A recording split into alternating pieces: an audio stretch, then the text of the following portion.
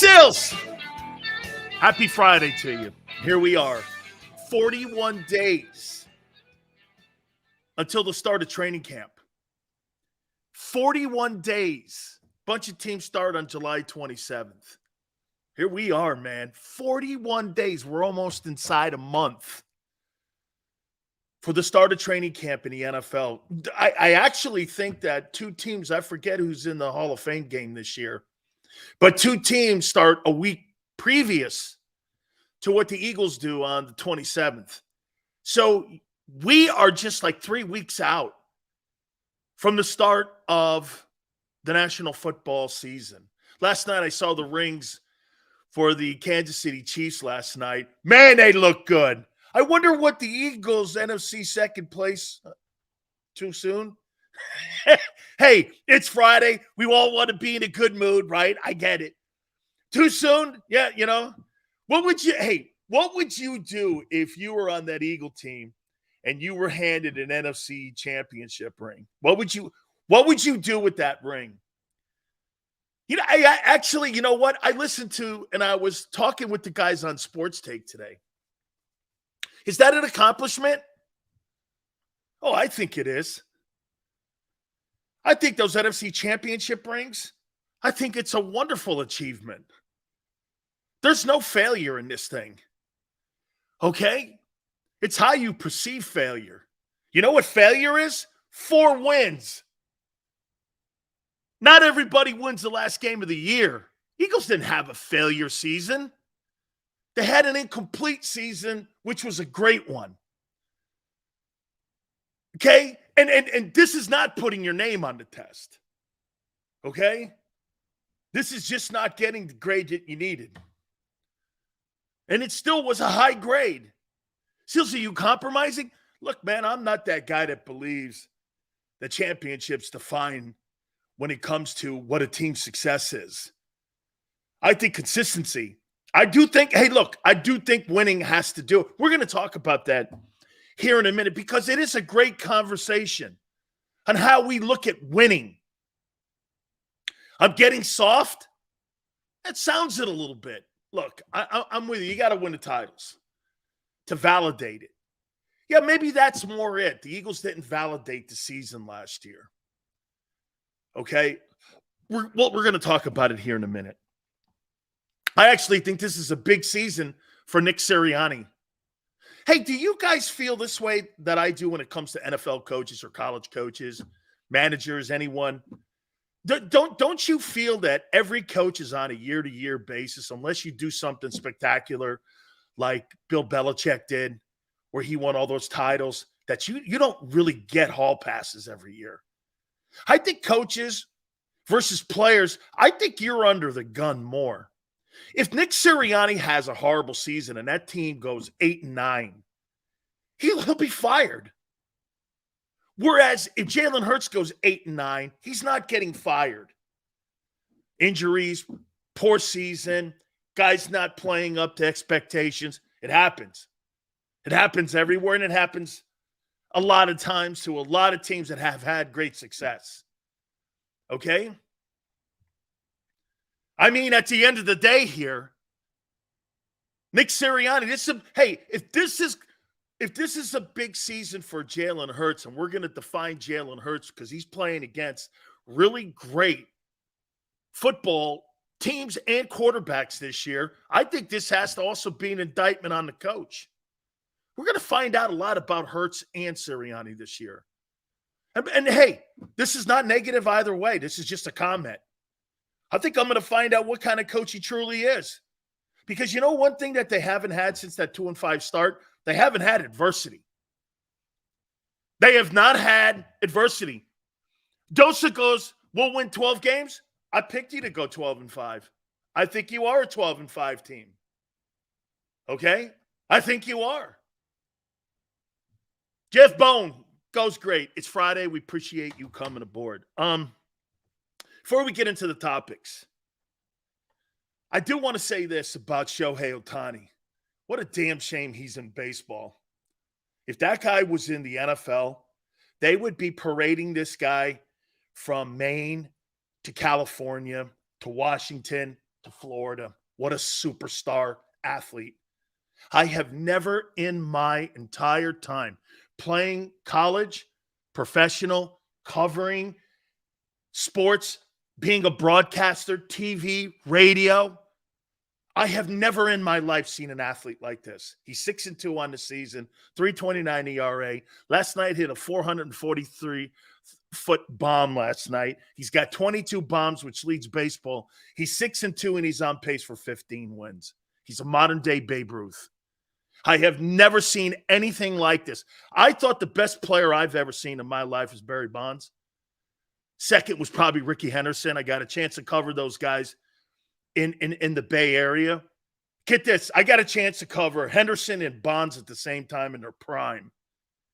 This thing here is the greatest thing I've ever seen in my entire life. I've never seen anything like it. And he's a stud, throws the ball 100 miles an hour. Okay? Unbelievable. 6'4". When that guy becomes a free agent and he starts parading around, if you think Bryce Harper's $344 million, what do you think the price tag is going to be for Shohei Ohtani? What would you put a price tag on for Ohtani when he's a free agent in 2 years? He's hitting 301, like Yale said. What do you think the price tag is? If Bryce Harper's 344, and if Manny Machado's 310, and some of these other guys, like Mookie Betts is a $300 million guy, how much is Shohei Ohtani worth? 500 million? Hey, I see our internet's going in and out a little bit here. Please stay with us. We appreciate it. 500 million? Shohei Ohtani's going to get $500 million. He's going to be the first $50 million a year baseball player. Would you not? Hey, if you had a guy who could win you 15, potentially 17 ball games a year and hit you 45 bombs, shit, I'd pay him $350 million for the 45 bombs. This guy might make $600 million. I mean, he has to be the most expensive contract in professional sports, but you'd never know it. This would be equal to Jalen Hurts playing corner and being your starting quarterback and a star at both. Like being the best pitcher in baseball, he's in the conversation. And then being the best hitter, that would be like Hurts being the best quarterback. Being Mahomes and being Sauce Gardner. That's what it would be like. How much do you think you'd be paying Jalen? 50? You'd be paying him $100 million a year. Dude, that guy's going to make a killing. Holy shit, man. 22 bombs. He's on pace for 50 homers. Hey, Tone, think it. Guys, Yale, think of this. He's on pace for 50 homers and 15 wins. Man, I've never seen anything like it in my entire life. People in baseball, their media sucks. People don't cover baseball because it's more localized and regionalized. I get it. But what a story. All right. Enough with that. I'm going to do something here, and I'm going to make a pitch for somebody to be one of the next candidates to be in your Eagles Hall of Fame. This is coming from the heart. I have got a candidate in the next couple of years. He's got to retire, I would assume, first. For him to be considered a Philadelphia Eagle Hall of Famer. Are you ready?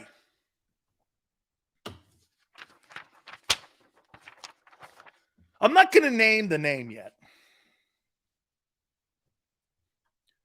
Here is a candidate for the Philadelphia Eagles' future consideration to be a black jacket holder and a Eagle Hall of Famer. This man is fourth all time in Eagle history in passing yards with 16,811. Completions, 1,562 is third. 113 touchdown passes, which is fourth. Most attempts in Eagle history. Owns the number one, 607 in 2019, and did it again in 2016. Most completions in franchise history. 388. And then second, he also owns in 379. Damn, these are some pretty good statistics. Most passing yards in franchise history. Number one, 4,039 in 2019. Fifth all-time single-season passing number, 3,782 in 2016. Most TD passes, 33 in 17. And then did it again in 16. And owns a Super Bowl ring.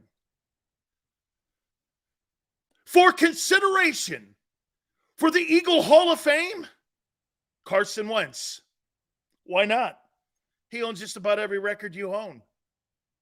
And he's got a ring, unlike your boy. How would you not consider this an Eagle Hall of Famer? Is that not Eagle Hall of Fame material? He's got a ring. Helped you win the Super Bowl. Was instrumental in it. Fourth all-time in passing yards. Fourth all-time in TD passing yards. Most attempts and completions in the history of the franchise, twice. Most passing yards in the history of the franchise in a single season, and the fourth most. Most TD passes in a single season. Jalen Hurts will never throw 33 touchdown passes.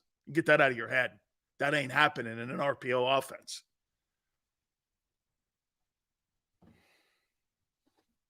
Helped you win a Super Bowl.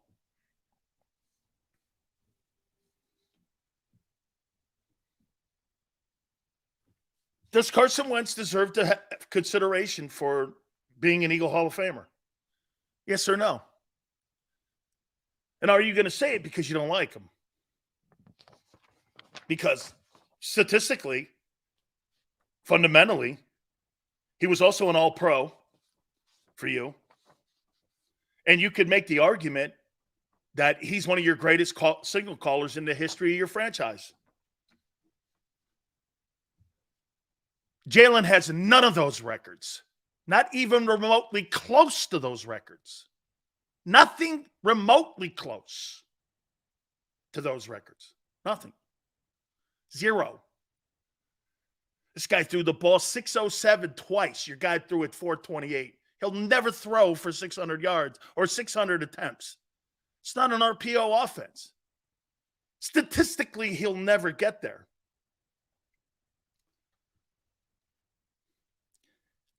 Does Carson Wentz belong? Honestly, I'm not just trying to. Does Carson Wentz deserve consideration to be a Hall of Famer one day? Once his career's finished and consideration, would you consider him Hall of Fame, or is the hatred for the guy too much? T.O. you can't put in because he had 1.5 years. No, Wentz. Wentz has a ring. Jalen doesn't. Wentz actually has an NFC title ring and a Super Bowl ring. Actually, in theory, Carson Wentz is more accomplished than Jalen as an equal quarterback right now. Now, long way to go for Jalen. It's not fair. So we're not really putting that standard there. But, I mean, that's a fact. He's a pretty accomplished quarterback in your franchise. This is not really, I'm not really kind of like kidding a little bit. I'm really actually like, What's the problem here? You put lesser guys in. I mean, Randall doesn't have the kind. Well, Randall did put up some pretty good numbers there. He did. His postseason numbers aren't anything either to write home about. I mean, Kevin, go stop it. What do you mean? Stop what? What's wrong? I'll tell you what you guys don't like. You guys don't like me bringing up facts when it comes to Wentz. You really don't. You hate this guy so much that it blinds you on what he did here as a football player, that you can't see through your hatred for this guy, and that you revere Jalen more. And because I'm doing this, you think it's a rip on Jalen. That's what's in your minds right now. This has nothing to do with Jalen. This is everything to do with a guy who pretty much performed here. Hey, did it finish well? No. Did Randall finish well here? No. It was a train wreck. Did McNabb? No. He didn't finish well here either. All three of those guys you ran out of town. You ran Randall out of town, you ran McNabb out of town, and you ran Wentz out of town. So don't make it sound like those other two guys you didn't treat like shit on the way out the door either. You did. Treated those guys like shit too, man. Every one of those guys now have to come back, and everybody's kissing up and everything is cool now. Well, maybe that'll be the case one day for Wentz. I doubt it. Just an interesting thought, again, that I had when we were talking about Carson Wentz, because yesterday we were talking about Wentz working with John Gruden. And I said he's got to go to a place with hard coaching. I hope he lands in Jacksonville. Or if it's me, Seattle. You know, John Gruden thinks that Carson Wentz is going to land in Seattle. Thinks he's going to land in Seattle.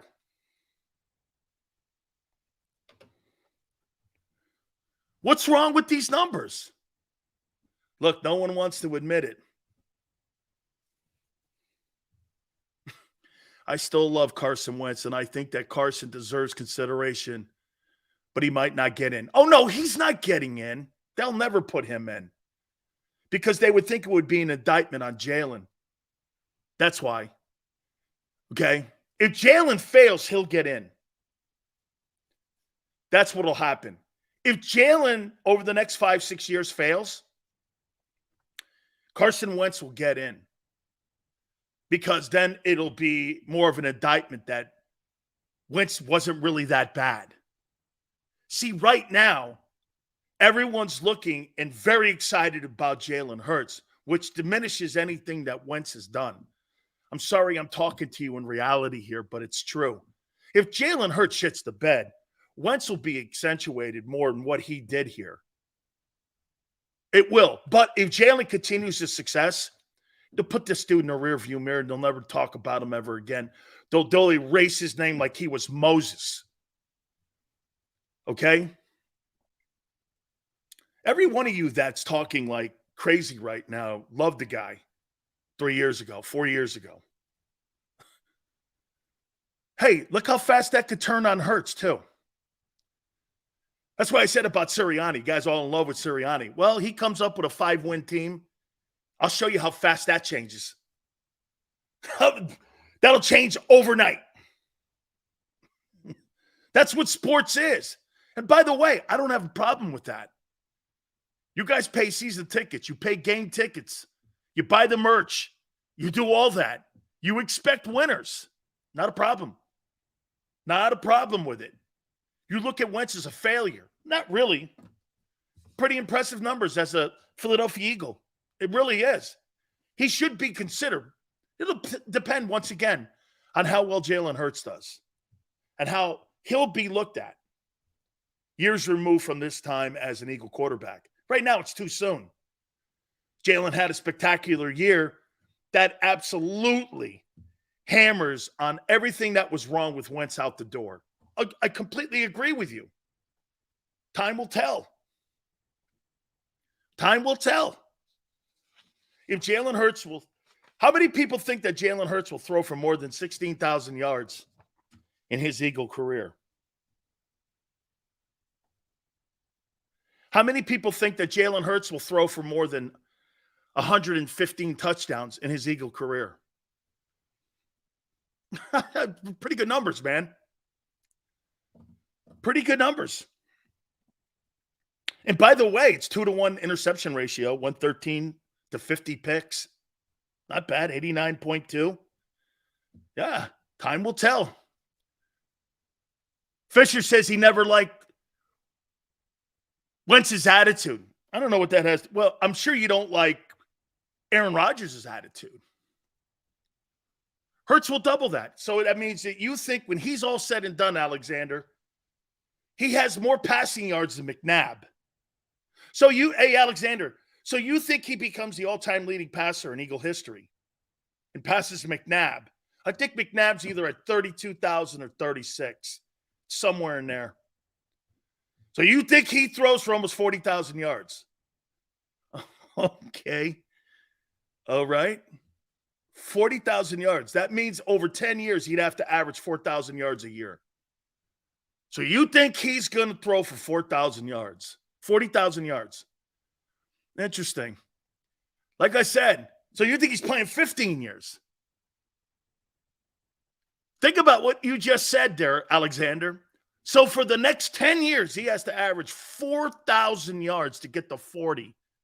McNabb's like either 32 or 36,000. You think he throws for that many yards? I don't. I think he throws for more yards than what Wentz did. I do. Hey, Tony, 36 is absolutely 36. It's more passing yards than Troy Aikman. It's more passing yards than Joe Namath. Absolutely, man. There's no shame in that, especially when you're running. He'll probably run for 10,000 rushing yards too. You know what? How about this? I got a better question for you. Tone, maybe you chime in. You think there's a better chance that Jalen Hurts is the all-time leading rusher in Eagle history or the all-time leading passer in Eagle history when it comes to all-time records on the team? I don't think you have a 10,000-yard rusher in Eagle history. I think it's Shady McCoy. I think he's at like 8,000. Okay? I think he's at like 8,000 yards or something like that. He's not passing Shady. I don't know, man. 800. Doesn't 800 yards over the next 10 years sound more doable than 4,000 passing yards? I think it does, especially in an RPO offense and what he runs. So Jalen Hurts is going to be your all-time leading rusher and all-time leading passer in Eagle history. Okay. All right, man. Okay. Starting it off, man. 12K. So he's going to have more rushing yards than OJ. Oh, okay. This is a good Friday, man. Good Friday to you. All right. Let's put something out here on this team as we're now 41 days to the start of training camp. Okay. Do you believe that there are more expectations on this 2023 team than there was on the 2018 Eagle team? The 2018 Eagle team, 9-7, coming off a Super Bowl team. How many wins did you guys have that year? 13? Was that a 13 or 14 win team? I forget. Did that Super Bowl 17 team, did you guys win 13 games or 14 games? Hey, Neil, Shady has 12,000 rushing yards as an Eagle or a career. I don't think he has 12,000 rushing yards. They won 13. Okay, they're 13-3. Thank you, guys. So then they followed up the 2000. Hey, how many people were disappointed in that 2018 team? Here's what happened. They finished second in the NFC East. If I'm not mistaken, correct me if I'm wrong, and I'm sure you guys will. The 2018 Eagles beat the Bears in the wild card game 15-14. 14, 17, 14. I thought it was a really low scoring. I thought it was a 1 or 2 or 3 point game that you guys beat the Bears. 16, 15, Tony, is that it? That sounds about right. Okay? The double doink. The double doink. Right on. Right on. The double doink. Okay. They win that game. The double doink. I forgot about the double doink.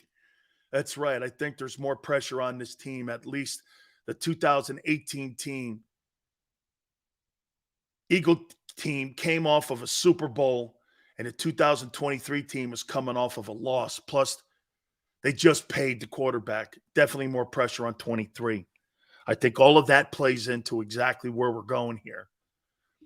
Okay. Then you guys lost to the Saints in New Orleans. 21-14? No, you would have won. So it had to be 5 or 6 points. I remember if you guys scored that, because we always debate that. If you guys had scored that, you would have beat them because you were driving late. So it's either 5 or 6 points. Like it was either like 20-14 or some shit. Like I think for some reason 20-14 kind of sticks in my mind that you guys lost that divisional game to the Saints. 2014 in New Orleans. That sound right? The Alshon Jeffries drop. I thought it was like 21-14 or some shit like that, right? So they got pretty. I'm not trying to like pull Scabs back here. Hey, I'm not trying to pull Scabs back here or anything. Okay, but here what I'm saying, I'm trying to get to a point here with what we're saying here. So expectations. There's more expectations. Is it because you paid the quarterback? Or do you really believe that you have a better team than those two teams? Hey, the better teams. I mean, seriously, think about it. The 2017 and 2018 Eagles. One team got to the divisional round. One team won the Super Bowl. The 2023 team, we'll find out what they do this year. The 2022 team got all the way to the Super Bowl, won one more game than the Super Bowl champion team. And there were no expectations on that Eagle team last year. Expectations didn't start kicking in for the Eagles until around week 15. You guys didn't have expectations on that team. Well, maybe not week 15. Probably after the big start last year when they won a ton of games out of the gate. People started looking up and going, holy shit, they're winning and they're dominating. Because early on, the first 8 games, I would make this point because, Hurts' injury played a factor in the final backside of the season. The second half of the season wasn't wobbly. You guys really did a great job. But it became wobbly a little at the end because the quarterback got hurt, right? And expectations probably didn't kick in until after the second half of the season when you started seeing how you were killing teams. And you were killing teams. You were dominating everybody in the NFC. So now those expectations have carried into this now season here. And that were there, hey, just take me one last time before we move on to the main topics here. How much expectations on the Eagles was there to repeat? Can you give me can you educate me here a little bit? Were you guys talking repeat? Were you talking repeat? Because I know some of you, like we did with Carson Wentz, you guys like to change history a little bit. Were you guys talking repeat in dynasties?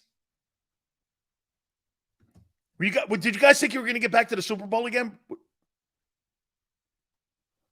Some of us were. Okay. So after you won the Super Bowl, the way you beat the Eagles or the way you beat the Patriots, nobody said in 2018 that this team can't go back and win another Super Bowl? You guys dismantled Tom Brady. I thought you were going to go on a run like the Cubs were going to go on a run after they won their World Series. That team was a one-year wonder. That team was a one-year wonder. And, well, not really. They got to the divisional round the second season. Tone says, I felt like we could run it back. Why wouldn't you? You just killed the Patriots. Dude, you didn't beat the Patriots. You beat the Patriots up. We expected to repeat new norm. Absolutely. We're not happy bringing back those old guys. We were not happy bringing back those old guys in 18. Oh, so there was a little bit of was there bigger question marks on the 18 team than there are on this team? I think you got massive question marks on this team. On the defensive side, offensively, I have none. Well, a couple. Coordinator, how's he going to act? Right guard, and the yardage in the backfield. When it comes to the running backs, those are your questions. Those are significant. But they're not like something you can't overcome. All your question marks are clearly on the defense. And what's troubling is they're all up the middle. Your tackles, your linebackers, and your safeties. The heart of the defense has the massive question marks. Now, your edge rushers don't, and your corners don't, which is spectacular. You know, most of the time, it's reversed. How many times you go into a season, man, they're really weak at the corner position, and they don't get to the quarterback. Well, you ain't winning. Okay? You're not winning if you can't rush the passer and defend wideouts in today's NFL. Okay? You're not winning. Everyone has massive question marks. Coaching is a huge question mark. Yeah, that's part of this. I trust Brian Johnson. He made Kyle Trask a Heisman Trophy finalist. I didn't know Brian. Oh, no wonder. So Brian Johnson's a Gator? I didn't know that. How funny. Howie's a Gator. Maybe that's some of the ass I have with Howie, is that he's a Gator. So Brian Johnson's a Gator. Brian Johnson's a Gator? Is that Brian? That's not Brian Johnson, the quarterback. Can't be. Not the Gator court. No, that can't be him. So he's a Gator? Brian Johnson? Killed the Patriots without forcing a punt in the Super Bowl 52. Killed them. I'd never, of all the games that the New England Patriots, outside of that Kansas City thing that they had during the regular season, the Philadelphia Eagles beat the living tar out of the Patriots and physically dominated them. I mean, they got killed in that Kansas City game in the regular season, but they got annihilated in that Super Bowl 52. They were annihilated. Because they were beat up front. He was the OC. He was a quarterback at Utah. Okay, now it's starting to come back to me a little bit. All right. So he was a quarterback there, and he was a quarterback, must have been a quarterback coach at Florida. Okay. We gave up 600 yards. Yeah, well, they gave up a shitload too. Sorry, dude. It just, to me, it looked like the Lions were killing the Patriots in that game the entire time. That was my takeaway from it. So the expectations is more on this team. It's got to be because you're paying the quarterback. You are counting on this quarterback to do things, and you have put a ton of pressure on this guy. Okay? And rightfully so. And I think he embraces it. You could never put this kind of pressure on Embiid. He'd fold. You could put this pressure on Harper. He would take it. In that city right now, there's only one guy that could take this kind of pressure. Dude, he's got the weight of the entire community. Because you know this, as quick as he had a great year last year, people will come down on him like a thunderbolt if he fails. They will. That's why my expectations aren't what you guys are saying. If I see here, just to show you, Sills, what's your expectations of Hurts this year? Dude, if he's 3% better than he was a year ago, I'm happy with that. Because that means he's going to be right there for the MVP conversation again. Because if you're expecting a 50% increase in what he did a year ago, you're out of your mind. And you're not being reasonable. Once you're sculpting a sculpture and you're getting down to the fineness of it, and you're chipping away at the very end of it. You're not taking giant hunks out of it. You're trying to smooth it out. You're trying to round it out. You're trying to make it look like a masterpiece. You don't do that by taking chunks out of it. Michelangelo's not looking at the Pietà to take an arm off. He's looking to mold it. He's looking to shape it. That's where Hurts is now. He's got to shape his career. He's got to refine it. He's got to smooth it out. Some of the rough edges. Maybe not running so much. All that small stuff. That's where he is in his career. That's where you think Mahomes is taking another gigantic leap? Mahomes right now is redefining his game. Do you know the best thing to happen to Patrick Mahomes was losing Tyreek Hill? Because now he's not obligated to get the ball to one guy. Now he involves everyone in the offense. And he sees. Do you know that, in my opinion, the reason Mahomes had such a star-studded year a year ago, he saw the game better. He saw the field better. He didn't have superstars out there on the field. He had to get everybody involved to win. Even the smallest guy and the third dude on the wide receiving room. He had to get everyone involved, which means you're more focused. Not having Tyreek Hill in Kansas City made Patrick Mahomes a better quarterback. That's insane. That's insane to say. Usually this is when you got a special player. Well, you got to go get this guy a wide receiver like Dak. You got to go get him a big-time wideout to improve his game. In Kansas City, they did the opposite. They took the best deep threat, maybe in the history of the game, away, and Mahomes got better. How's that possible? You took talent away, and he got better. There's very few dudes that have ever played the quarterback. Brady is a great example of that as well. Brady didn't need superstar wide receivers to win Super Bowls. Maybe in Tampa he did. Not New England. He didn't need superstar wide receivers to win Super Bowls. He never won with one. Peyton Manning did. He needed big-time wideouts. He had 2 Hall of Fame wideouts and won one. I don't know. There's not a chance Peyton Manning could have done the things that he even did in Indianapolis and New England with lesser talent. Not a chance. Not a chance. That's why in that argument, when people say Peyton Manning's a better quarterback, he had Dallas Clark. He had Marvin Harrison. He had Reggie Wayne. Not only that, he had Edgerrin James, and he also had Marshall Faulk. How much more do you need?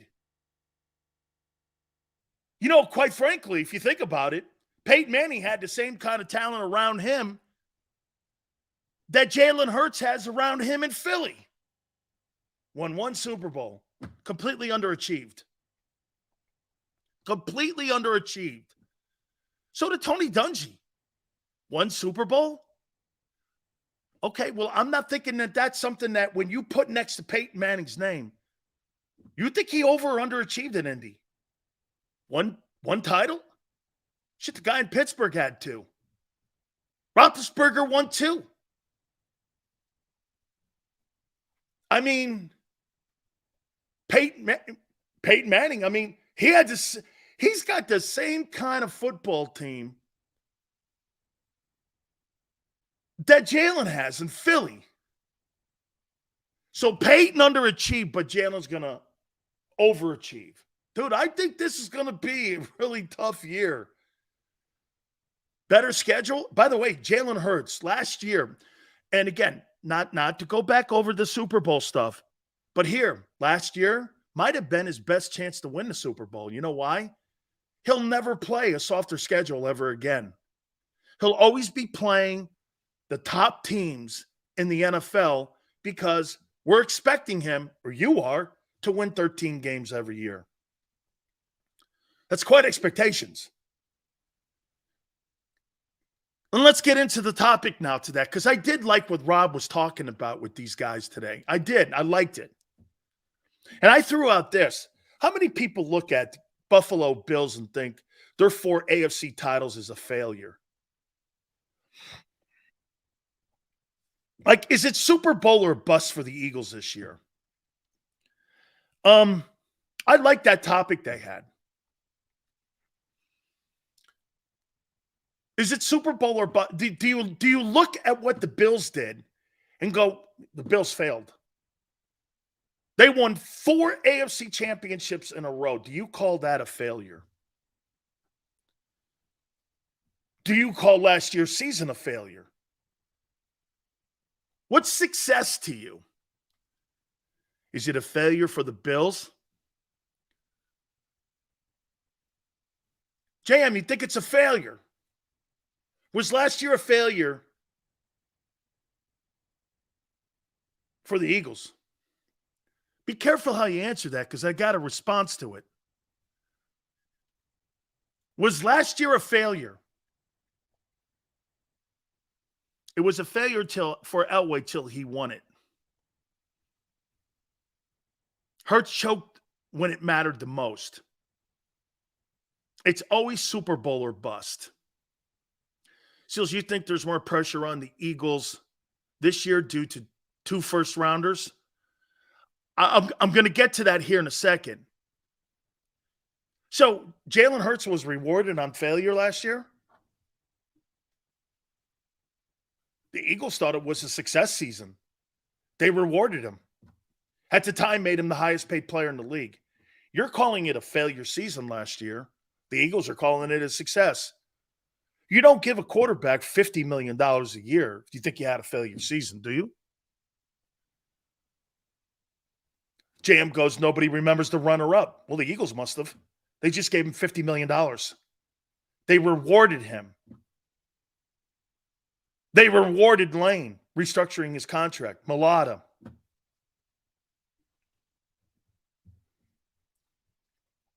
So was the 2022 Eagles season a failure? What's success? What is success? The Bills are failures? You'll never see that again. Team going to 4 Super Bowls in a row. It's not going to happen. Like, ever. Salary cap. The constant turnover in rosters. Unless they expand the roster with another bye, you're really not going to see that. Callie Green calls it progress.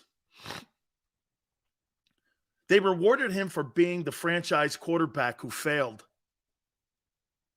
That's what Dank is saying. They rewarded him for being the franchise quarterback. You mean like Arizona did? They rewarded him, or was he just the next guy up? You guys are calling the Bills a failure. Well, then you must think the Eagles season was a failure, and Jalen was rewarded for a failure year. Can't have it both ways. Call the Bills a suck-ass team and think you guys had a successful season. Which is it? In truth, I think it's a little of both. Follow me here. I think when you're building a football team and you're looking for success, you're right. The Super Bowl is the affirmation and the validation of what your process is and what your culture is. It validates it. There's no question about it.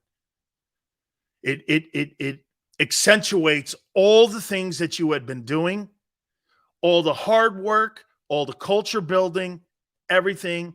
And I do believe that you have to have a Super Bowl in that organization with the same people in the front office so that you can validate what you're saying to players and the people that work in the personnel department and in the administration when it comes to doing cap work, salary cap. I do believe that because there's only you know why organizations fail. I think it's only so far you can go with blind faith. The Sixers are the greatest example of this. See, the Sixers tried to play ego management with the fans. Okay, they tried to give you the same thing the Eagles gave you. Believe in the process. We got a process going on here. We're working as hard as we can to make this a winning environment.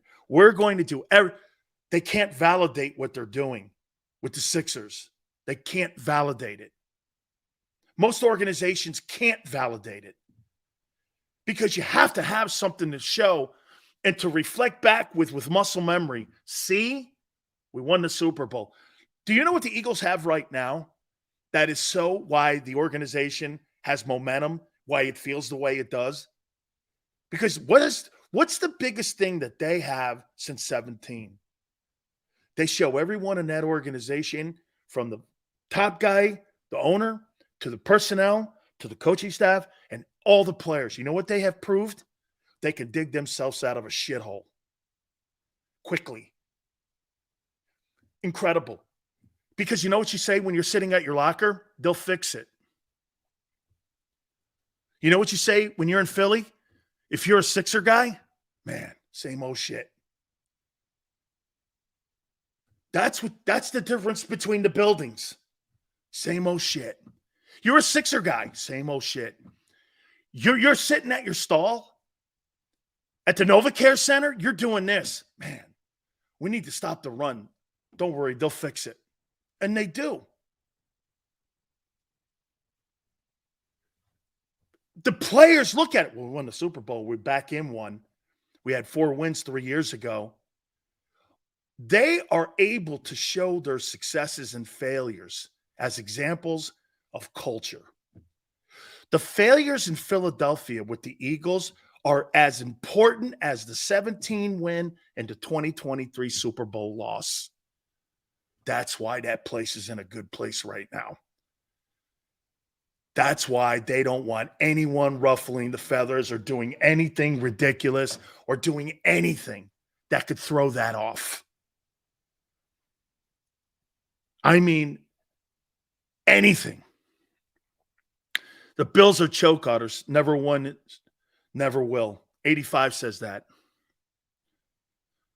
I don't know. I think with Bean and McDermott, well, then again, it's kind of a train wreck right now a little bit.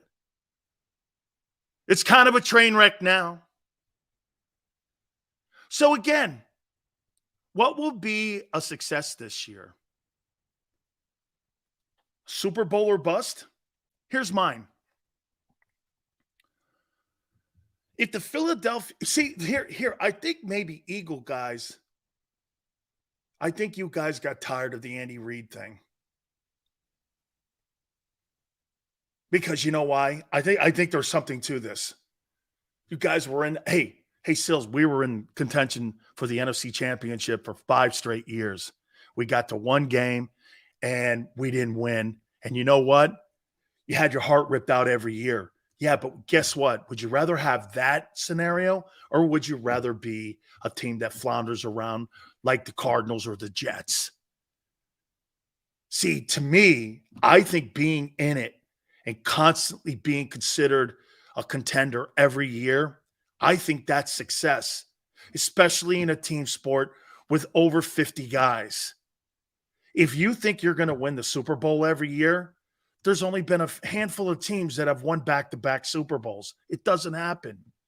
So what you got to do is, success to me is constantly being there, but having validated it. I agree with you. You have to validate your process. Got to win one of these. The 17 win is incredibly important. The 2023 loss will be just as important for the players, the organization, the people in the city. Because then you see the winning and the losing.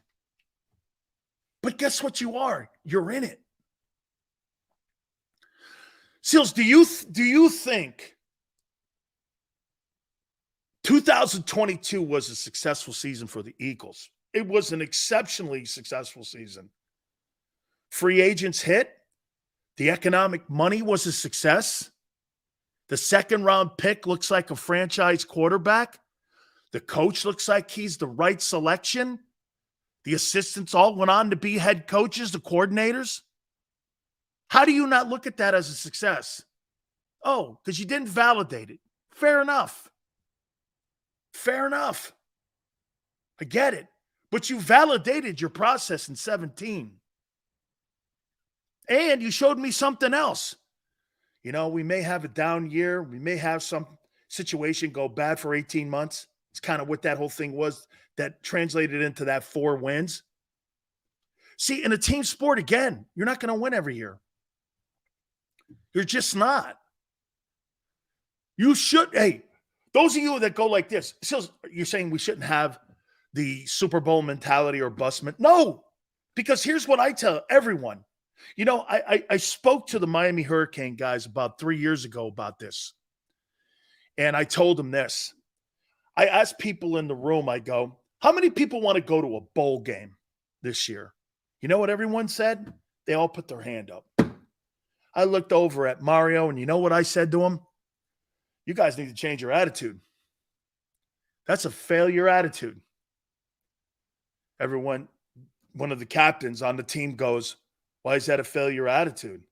I said, because if you're thinking about going to a bowl game, you're not thinking about going undefeated. You got to think about going undefeated. Knowing full well you may not get there. But then you'll learn to live with greatness, and you'll be in the competition for a national title. If you're rooting for the Sun Bowl, you're going to go to the shit bowl. You can't set your expectations that low. Mario's laughing. And he goes, he's right. A bowl game? There's 36 of them. Who gives a shit? They pick teams that are 5 and 7 now. That's the problem in the building with those kids. You start talking shit to me about a bowl game?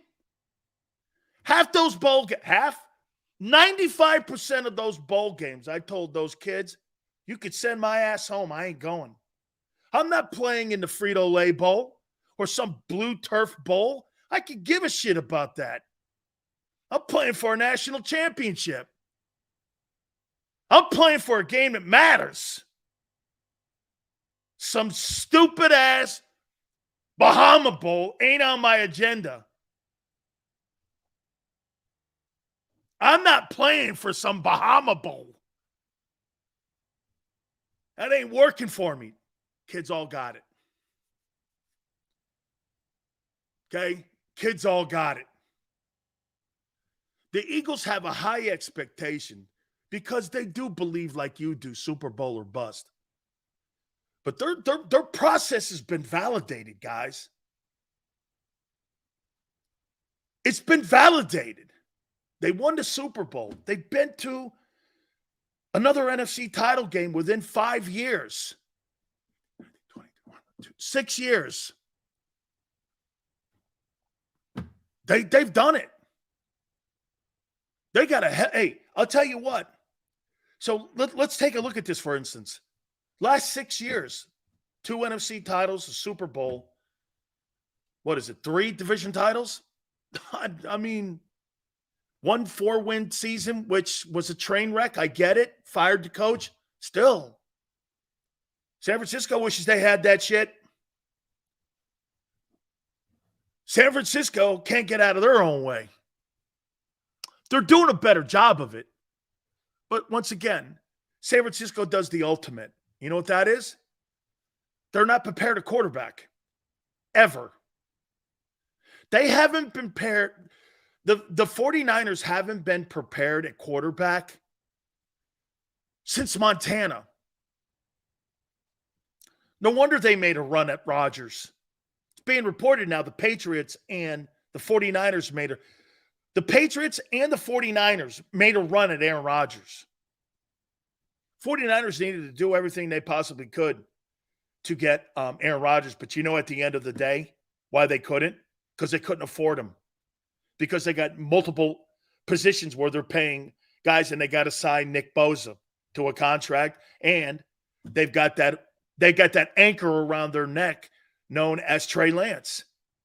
They're not going to be able to do anything at quarterback until they jettison that guy. They won't be able to do anything. They can't bring in quality free agents. Shit, they were kicking the tires last year on bringing out of retirement Ben Roethlisberger. That's how bad it was last year. Then they struck gold with Brock Purdy. Now, guess what you're going into the season? You're hoping Purdy is what he is. You're in the same position the Eagles were in a year ago with Jalen Hurts. Okay? That's where they are. They're not sure. They're not sure what they have in Purdy yet. They're pretty sure what they got in Trey. You know what that is? A project that's just not ready. Hey, Trey Lance, Anthony Richardson, all those guys. Oh, shit, man, I'll make a point to you here. Trey Lance will be lucky to be better than Marcus Mariota. Marcus Mariota's a better player. The Niners would have been better to bring him in as backup than Sam Darnold because it kind of fits the system up there. Dude, Trey Lance one day may be a Colin Kaepernick type of guy. But you know what I see? Can I tell you what I see Trey Lance as right now? Trey Lance is a worse version of Taysom Hill. And Taysom Hill, guess what he's doing now? He's a halfback in New Orleans. Maybe that's what they should do to Trey. Figure out another role for him. Since Kyle Shanahan's such a brilliant guy, maybe make another role for him because he ain't a quarterback. Marcus Mariota is a better quarterback than Trey Lance. Marcus Mariota may be Marcus Mariota is a better quarterback than Sam Darnold.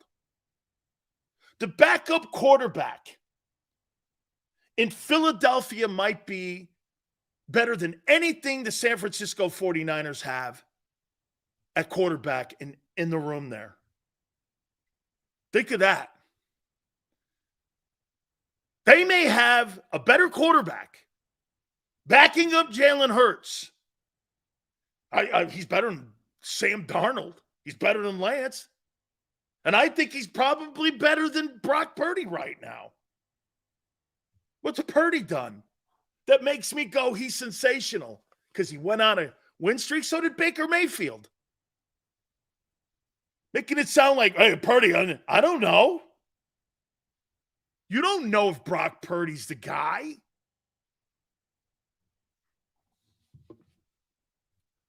They haven't figured it out. They have no plan at quarterback. And when you tell me Sam Darnold's a plan, and the last player taken in last year's draft is your plan, okay, you'll be in the same position. You'll win a ton of games in the weak-ass NFC. You'll get into a critical game, and what will you do? You'll stub your toe. That's Kyle Shanahan. End of story. Niner, I hate to tell you that. You got a heck of a roster, and you're wasting it. That football team is in trouble again because they haven't figured it out. It's June 16th, dude. It's 41 days to the start of training camp. And you haven't figured that shit out, you're late. It's over. So if Purdy gets hurt or he's not ready, who are you starting? Sam Darnold? How's that a plan? How in the world is that a plan? If Jalen goes down, I think Marcus Mariota can hold the fort down for a month. They may go 2-2. That's okay. In the NFC, you could probably weather that. The Cowboys got through last year. What were they, 4-1? With Cooper Rush. Marcus Mariota is better than Cooper Rush. Okay? He's better. And you're going to try to sit here and tell me, Yeah, well, that's why when guys like Pete Prisco or some of these guys, the national guys, go, the 49ers are the second best team in the NFL. How could they be the second best team in the NFL and they don't have a quarterback on June 16th? How in the world can you say that you have the second best team in the NFL and you don't have a signal caller? Okay? Hurts had all that talent around him and barely put up 22 passing TDs. Yeah, but they put up 14 wins with those TDs. They put up 14 wins. Dude, stop. 22 touchdowns? He had 22 touchdowns and 6 picks and 14 wins. I don't know. Is that bad? I mean, where am I missing this?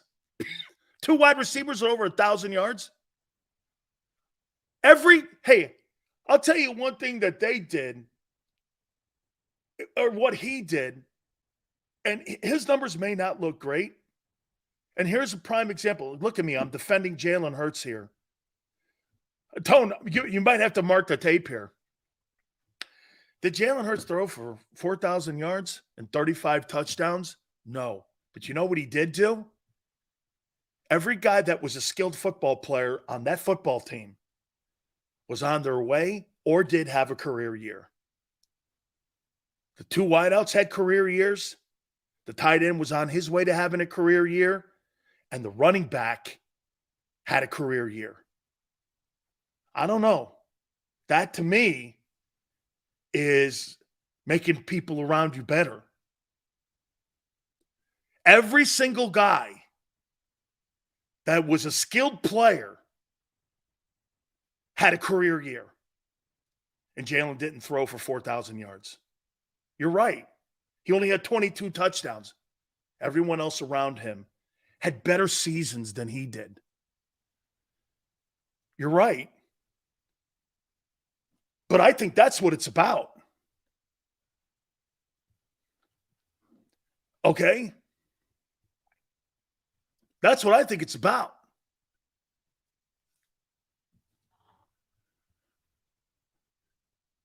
Eli Manning was an elite but has 2 Super Bowls. Hey, Jim Plunkett. Jim Plunkett has 2 Super Bowl wins. His are MVPs and his last name is Manning. Okay?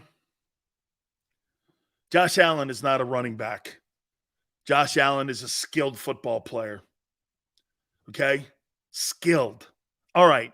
I want to show you more of the lack of respect that you're getting for your players here. I think you're going to be stunned here. Here it is right here. And I couldn't believe I got this list from someone here. And this is a lack of respect here for the Philadelphia Eagles here. Want to hit on that. Hour number 2. Hit the like button. Keep it here on the National Football Show.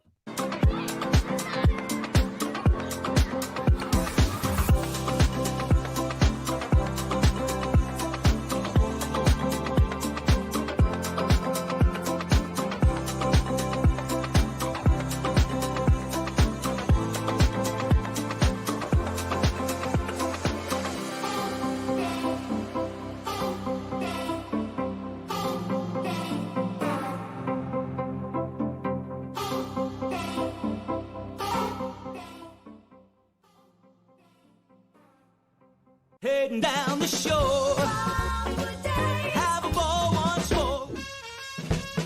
Here, imaginations run wild and time stands still. Because here, you can find the best of the Jersey Shore, all on one 5-mile island. So leave the old you behind and get lost in the woods. Wild, wild, wildwood days.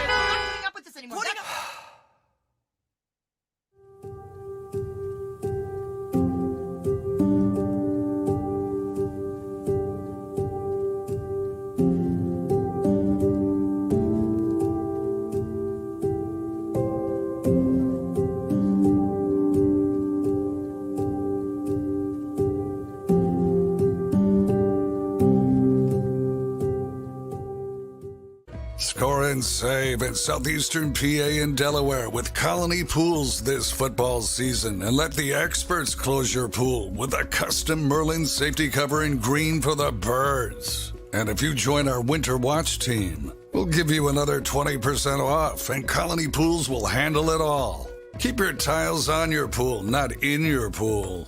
Fly with Colony right now, Birds fans. Visit flywithcolony.com. Hi everybody, my name's Jason Lombardi. I'm an inspector at DryTech. At DryTech we offer 3 major services, the first one being basement waterproofing. The second service we offer is foundation and structural repairs. And then the third service that we offer is mold remediation. If you feel you are having a waterproofing issue, give DryTech a call or check us out online.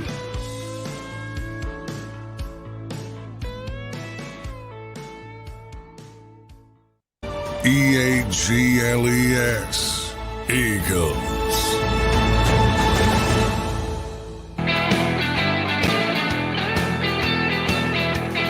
I want to congratulate Jimmy Johnson, Chuck Foreman, and Dennis Erickson on being elected to the Miami Hurricane Ring of Honor. Tremendous honor. Coach retweeted on my Twitter page. He absolutely loves the U. You got to remember something about Jimmy and his success and what a coach and what a player he was. Jimmy was on the national championship Arkansas team, played with Jerry Jones. So Jimmy's got a national championship as a player, as a college coach, and it has a Super Bowl ring. And he's in the College Hall of Fame and he's in the Pro Football Hall of Fame. He's had quite a distinguished career. There's very few people that have that. He's won a national title as a player, and he's won a national championship as a college coach, and he's won a Super Bowl ring as a head coach. You would find that impossible to duplicate when you look at some of the coaches that have tried to make that leap to the NFL level. The reason that Jimmy had success on every level is because he had a process and he believed in what they were doing, kind of what we're talking about. He believed in culture. He believed in having the right people in the right place. You know what he also believed in? People knowing their roles. Nobody stepping out of line. There was none of that. And I'll make a point to you guys, and I'll tell you guys a story that a lot of people don't know about Jimmy Johnson and why Don Shula and Dan Marino don't like him. Okay, I'll tell you why. And this is not public. Some of you, I've kind of like broached it a bit. Well, when Jimmy, and think about who Jimmy Johnson took over for. He took over for Tom Landry, and he took over for Don Shula. Try doing that. He's probably the only guy. By the way, he didn't have a losing record at the Dolphins. It just wasn't as successful because there were more people in the way, and the owner didn't want to do what Jerry Jones wanted to do. Wayne Huizenga was not going to do. Get this, Wayne Huizenga was a worse owner than Jerry Jones because Jerry knew Jimmy knew what was best. Wayne didn't want to do it. He played to public opinion. Let me say this to you. Jeffrey Lurie made the right choice too. He had to fire a Super Bowl coach. That must have killed him. He had to fire Andy Reid. That had to kill him. You build up that great relationship with those men like that, and you have to call them into your office. I don't care what those relationships are now, but you still have to fire the guy. Come into the office. You're fired. Those are emotional and enormous decisions that you're making for your franchise. It's win or lose when you make the wrong one, right? You guys see that all the time. You guys see that when there's wrong decision making, right? We're letting you go, right? Yeah, man. And you were Andy Reid. Can you imagine being told that? We're letting you go.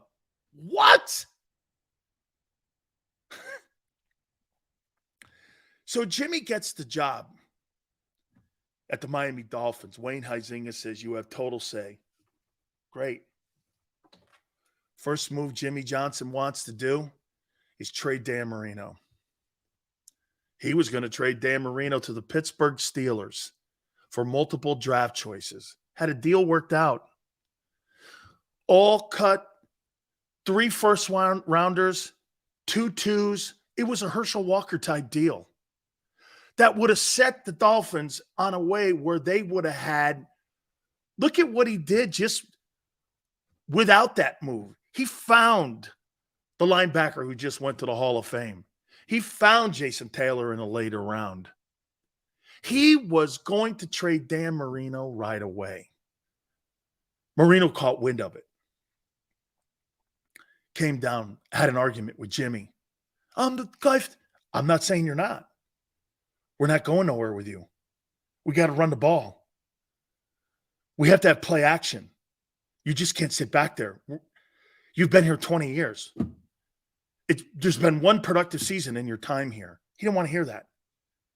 I go, you've never developed, Dan, a running attack. Man, those two guys, if you notice at the retirement, Jimmy Johnson's name was not mentioned or was invited to the retirement of Dan Marino because there was so much animosity. And the animosity, guess where it started? When I was in Dallas, you guys don't know I'm glad I could tell some of you guys this. Wayne killed it. I'm going to tell you, wait. So when Jimmy Johnson got to the Dallas Cowboys, you know what the worst hire was? Because he was friends with Don Shula. Don came to Jimmy and went like this. Look it up. Look it up. Jimmy's first year. You know who the offensive coordinator was? David Shula. He was terrible. I don't know if a coach has ever had more of an opportunity to be a head coach in the NFL than David Shula. I mean, he had like 50 some odd losses as a head. I think he was 12-51 or some shit in Cincinnati. He was terrible. He ended up running the Shula Steakhouse. I love David as a businessman. He's good. Jimmy goes, the worst mistake I ever made. Calls him in. Soon as the season's over, the 1-15 year, calls David Shula in and goes, get the you know what out. You're fired. Man, that sent shit waves to Don Shula. You don't do that to his kid. Completely embarrassed him. And that set it up. So when Wayne brought him in, Don hated Jimmy. And that's why Jimmy didn't have any of the veteran guys coming around, because the veteran guys were all Shula guys. And they were talking shit on Jimmy the whole time. There was a divide in that locker room in Miami because Dan Marino was a shitty teammate. This guy's worse than Donovan McNabb. Dan Marino's a terrible teammate. Oh, wait, I'll take that back. He is the worst player to coach. I'll take the teammate thing back because I know guys that love playing with him. Okay? Hardest guy to coach, Jimmy said. Just didn't want to hear anything. Thought he knew it all. Thought he knew. He didn't know. He never won but 1 year. So Jimmy puts his deal together. Three first rounders, 2 twos, and get this, 3 thirds for Dan Marino. Marino was like 35. I mean, you make that move with all those picks. Look at what the Jets got for a 39-year-old Aaron Rodgers. You make that move. So he runs up to his dad and goes, Jimmy Johnson wants to trade me to Pittsburgh. Dan's from Pittsburgh. Played his football at Penn Hills. No way. Huizinga comes down, and Jimmy goes, I need you to sign off on this trade. He goes, no. Here lies the difference in building a championship. Howie would have signed that because he would have trusted. Or Jeffrey Lurie would have signed that because he would have trusted Howie. Jerry Jones trusted Jimmy when they traded Herschel. And the rest is history. Right there. There's the difference in championship decisions and why you have to have a really good guy in the building that you trust. It is about trust. Don't you agree? If Howie Roseman had put that deal on trading Marino for all that draft equity, Jeffrey Lurie would have signed it. He wouldn't have looked at what was best for the public opinion for you guys. He would have looked at what's best. That's why they fired Doug. It wasn't, the owner knew that he was going to take backlash from everybody in the community for firing Doug. But at the end, it empowered Howie. Firing Doug empowered Howie to do what he's doing now. And there lies championship decisions. That's how you do it. Right there. That, to me, shows you the difference, again, between winning and losing. And Jerry's problem right now comes back down to, he thought he could replace Jimmy. I wonder. Hey, let me ask you this. You think Howie's better than Joe Banner?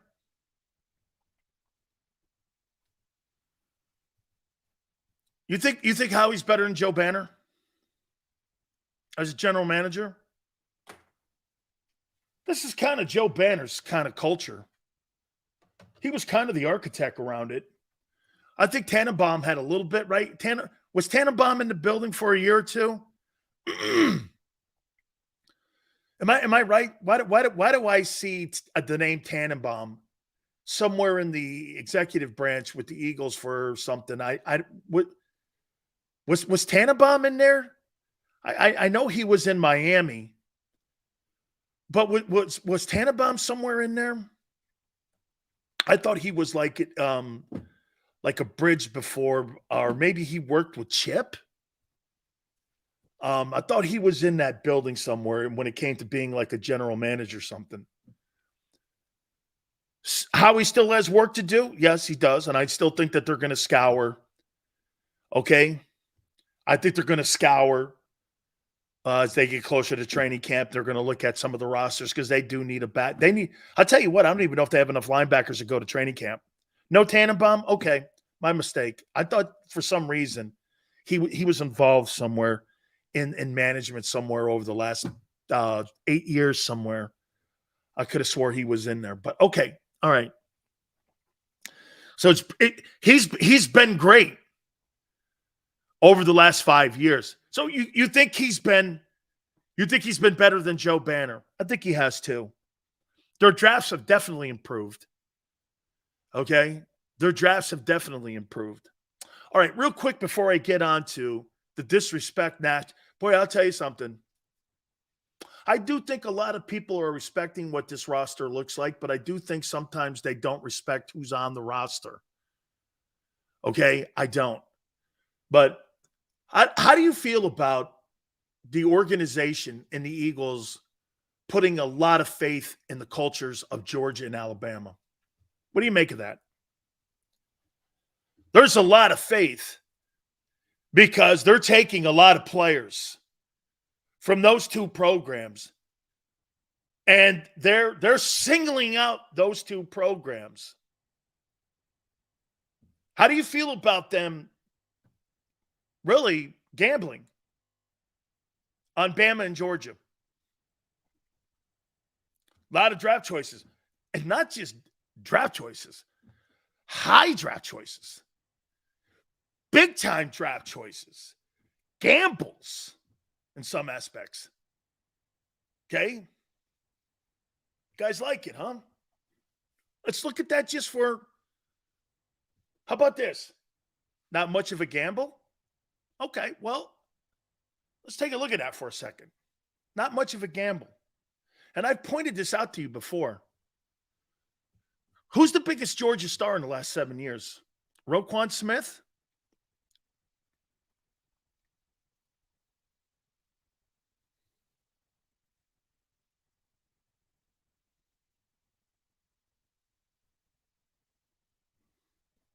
Okay, let me do Bama. Let me do Bama now. Patrick Surtain, Judy, Devontae,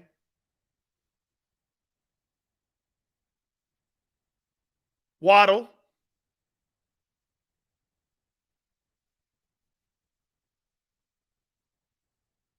how about defense? Bama defense. Where are all these superstar NFL guys? Nick Chubb. Where are all these superstar NFL guys from Georgia and Alabama? Derrick Henry. He's definitely a Saban guy.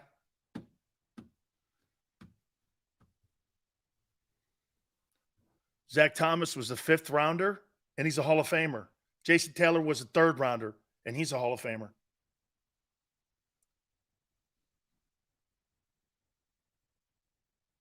Todd Gurley, was he there for Kirby? I don't know if he was there for Kirby. Maybe. What I'm saying to you is that, I don't know, man, those programs really produce the best players in the league? Do they? It's a pretty big gamble. Now, to what Yale said, here's what they're gambling on. They're getting the best coaching.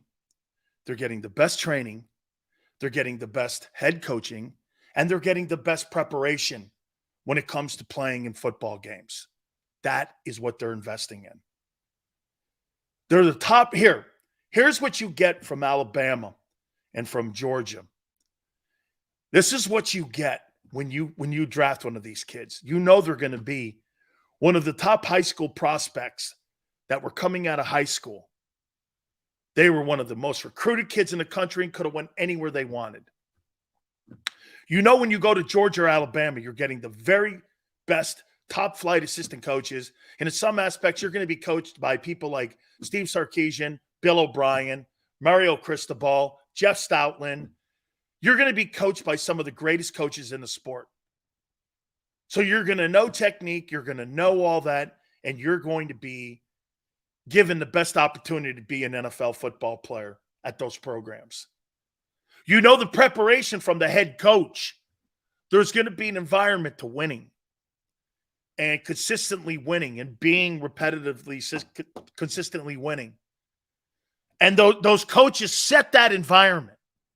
Yes, I think that's all important and part of the evaluating of Jalen Carter, Nakobe Dean. And you see, here's the thing that I have no questions about. Nakobe Dean and Jordan Davis, Jalen Carter, Ringo, any of the guys from Bama, anybody. Do you know why I don't have any question marks? Here's the question marks I don't have. I have no question marks on their preparation. I have no question marks on their desire to want to be great. I have no question marks on their desire to have been coached by some of the best coaches on the planet and are getting it now. This is just going to come down. And again, I don't think the Eagles are wrong for doing this. That's why you don't go to North Dakota State. I am never going to recruit a kid on pure talent like Anthony Richardson or Trey Lance. That's not happening. I'm not doing that. Those guys weren't coached well. Those guys weren't some of the top kids in the country. Those kids didn't play against the best competition. Those kids weren't prepared to be great. They were just athletes. Now, do some of those guys end up becoming, like, get this. Look at Michael Vick. Here's a great example, too, about Josh Allen. You think Michael Vick was coached great by Beamer at Virginia Tech? Didn't he say that the best coaching he ever got was when he got to the NFL and Andy Reid got a hold of him? It was the first time he learned how to read defenses. He was 10 years into his career. Can you imagine if Michael Vick learned how to read defenses early in his career? He'd probably be in Canton. He'd probably be in Canton. Okay? Look at Josh Allen. Josh Allen had one recruiting trip and one letter from Wyoming. shittiest coaching in high school, had to beg schools to look at him. One did, Wyoming. Josh Allen is better now because he had Brian Dable. That was the reason he got better, was because of the coaching he got at the Bills, not at Wyoming. Look at Jalen Hurts. Why do you think Jalen Hurts is where he is right now? You think it's because of coaching? I don't. I don't think the coaches have anything to do with where he is right now, except for this.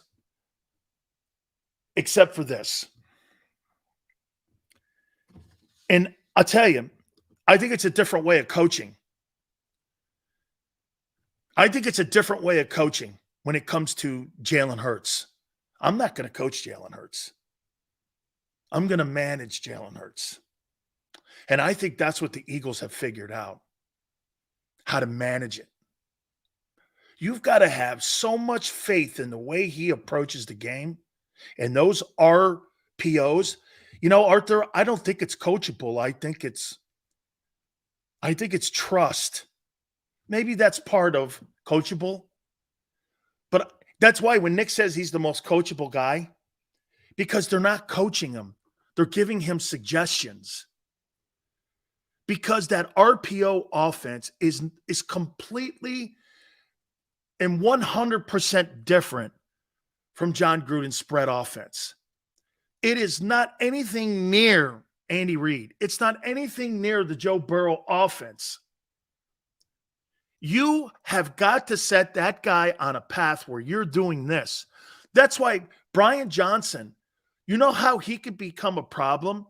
If Brian Johnson starts to suggest something in the middle of the game, I'm not you know what? My question would be this: when Jalen Hurts comes over to the side and we're sitting there on the bench and we're in between series, if I'm Brian Johnson, I'm going to go, what do you see? And I'm going to have Mariota sitting next to him. What do you see? And maybe the influence of saying, hey, you know, the wide side of the field, they're not really setting the edge that much. You don't tell them what to do. You suggest that this is what we're seeing. Are you seeing that too? Because look at the responsibility that he has, okay, when it comes to running that style offense. That's a lot of he's got a ton of responsibility. Brady has no responsibility in the run game. Kevin, what quarterback would have gotten if the trade for – what quarterback would they have gotten? I don't know. They may have drafted somebody that year. Oh, I know, Kevin. I forgot. Troy Aikman was coming out of retirement for Jimmy. That's what it was. Oh, I forgot that tidbit. Google it. Troy almost came out of retirement for Jimmy. That's what was going to happen. Aikman was going to be the quarterback of the Miami Dolphins. I'm sorry I forgot that little nugget in there. Okay? I forgot that nugget. Okay? Hey, Yale. I'm sorry, man. I forgot that nugget. Yeah, Aikman was going to be he was going to be the quarterback of the Dolphins. Google it, you'll see. He almost came out of retirement. And I believe so did Chris Carter almost come out of retirement. I completely almost forgot. Blaming failure on others is what losers do. I don't know what the heck's going on all day. That's okay. So Jalen, again, good stuff, man. All right.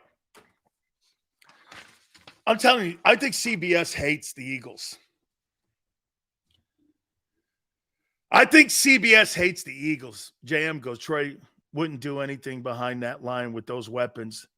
His release time was 3 times as slow as Marino's, and yet he's got 3 times the amount of Super Bowl rings. And JM, you make it sound like that Cowboy line was spectacular. Emmett made it spectacular.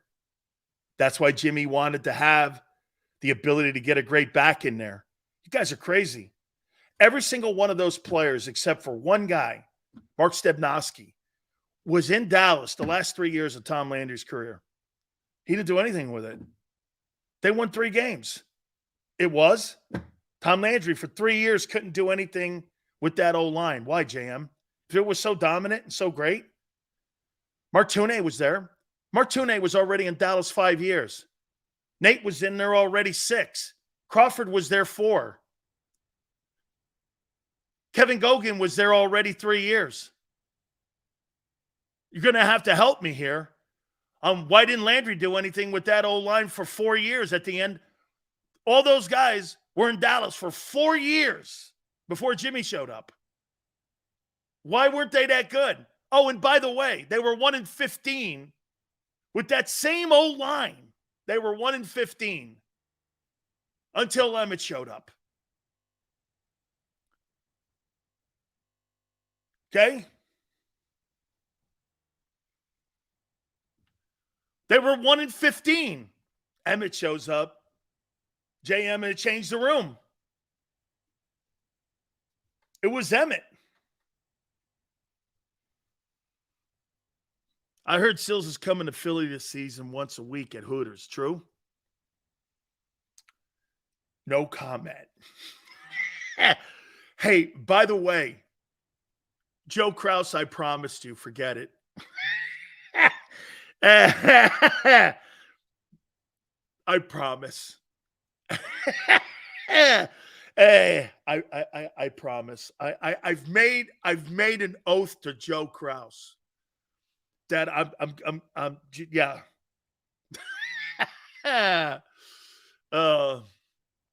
Okay.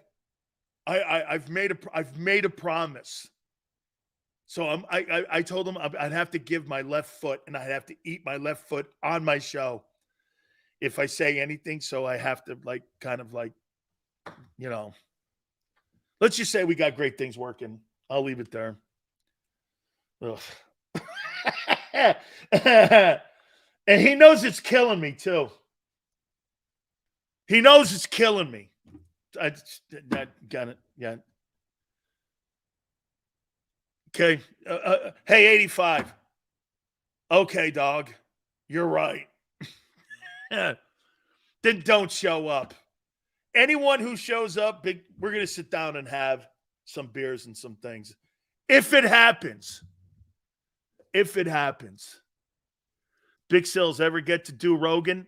Been working on it. He's trying to find some time. Arthur, working on it.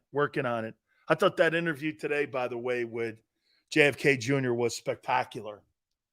He's really a great interviewer, man. Thank you, Jameson. I appreciate it. All right. Guys, I got to tell you, man, I'm starting to buy into this Philly hatred. I'm starting to buy into the Philly hatred. So CBS, I told you, they ranked the top, Pete Prisco ranked the top 100 players in the NFL. Okay? Here's where he has your Eagles. He has 9 of them ranked. Here we go. Maniac. Feels very important. Would you draft chicken parm or meatball parm? My meatballs. Not American meatballs. Not white guy meatballs. You got to have Sileo Italian meatballs. We can't have white guy meatballs. Depends on what the meatball is. If they're my meatballs on a sandwich, yeah, we're good. But if we're just doing white guy meatballs, that's not working. I'll take the chicken palm. Okay? Robert Kennedy Jr., thank you. Thank you, senior. Thank you, senor. Appreciate that. My mistake. By the way, Robert Kennedy Jr. Actually worked for my friend John Morgan. I met him numerous times. He worked at Morgan & Morgan. Did the whole thing with Monsanto. What a fabulous and interesting man Robert Kennedy Jr. is. Love the guy. Probably, I could possibly vote for the guy. I mean, I really like him. So, anyway, I'll drink a cold one with you. We're good. Love you. Italian food are the best. Alexander, here's my deal. Italian food. Dude, I love Cuban food. Chinese food. You're going to be shocked. Some Southern food.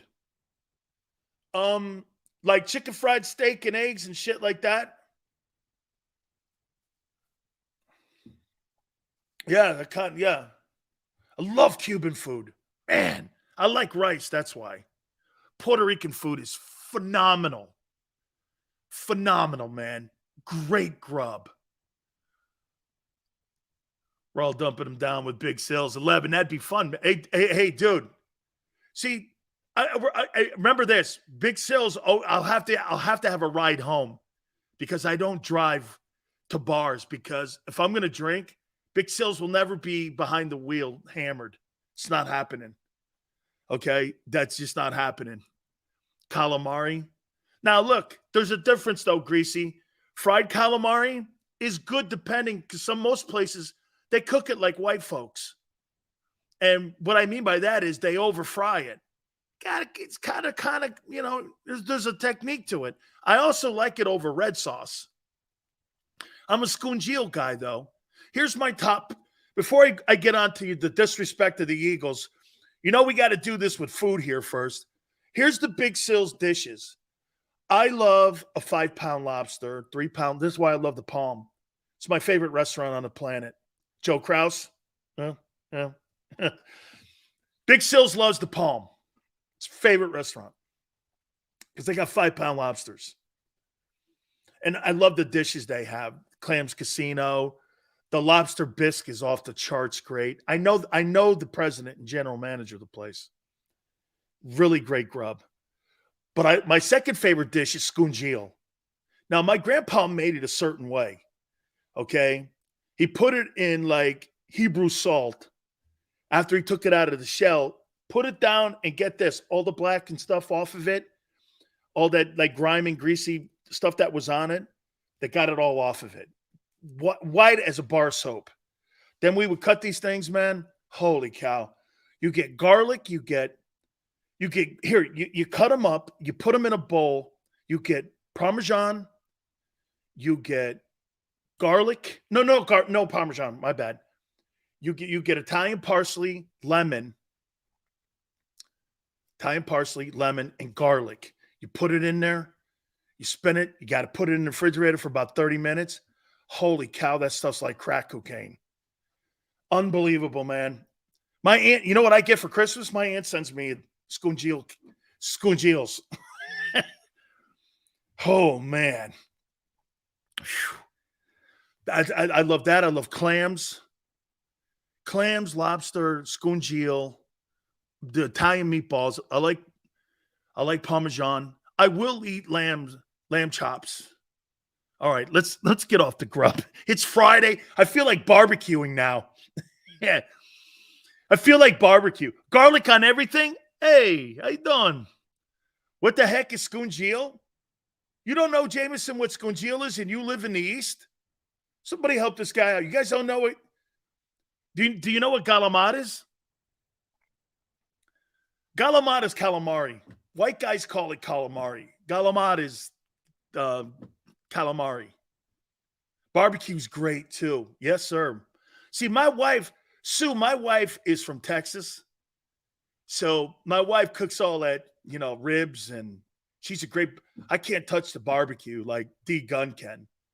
I'm not, I turn hamburgers into like hockey pucks.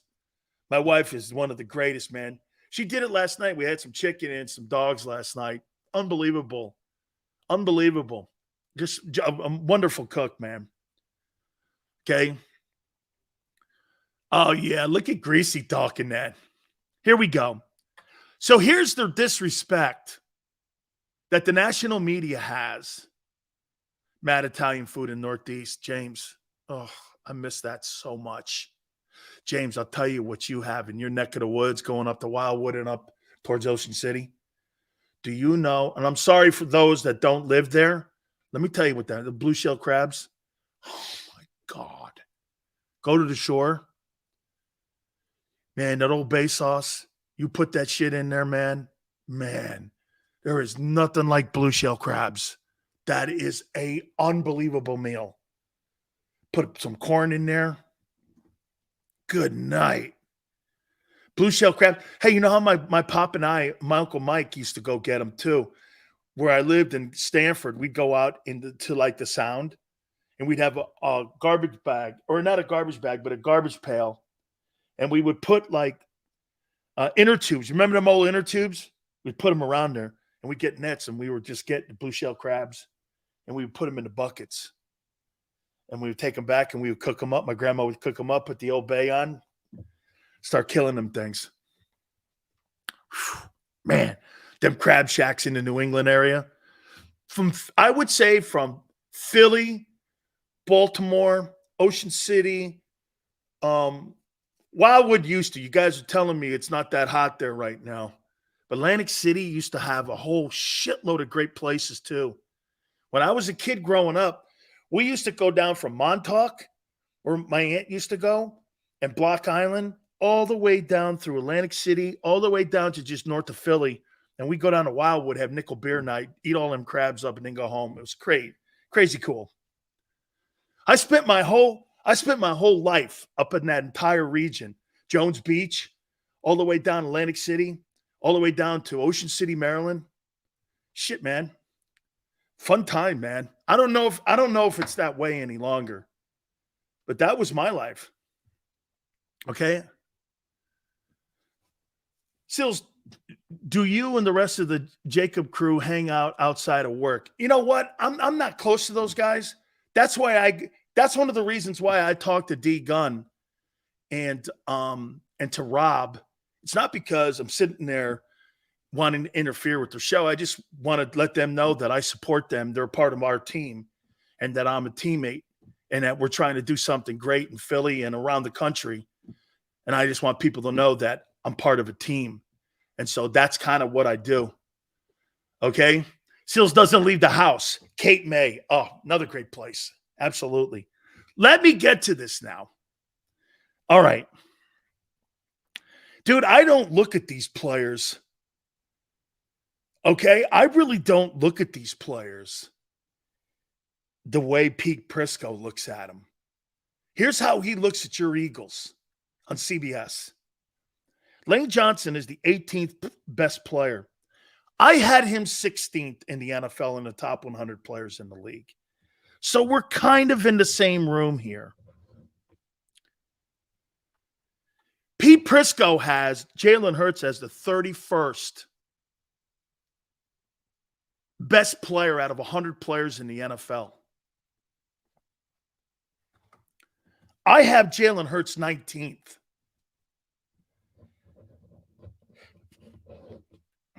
Here's now where we get even more obnoxious. Jason Kelce is the 42nd best player in the NFL out of the top 100. 42? Where would I rank Jason Kelce?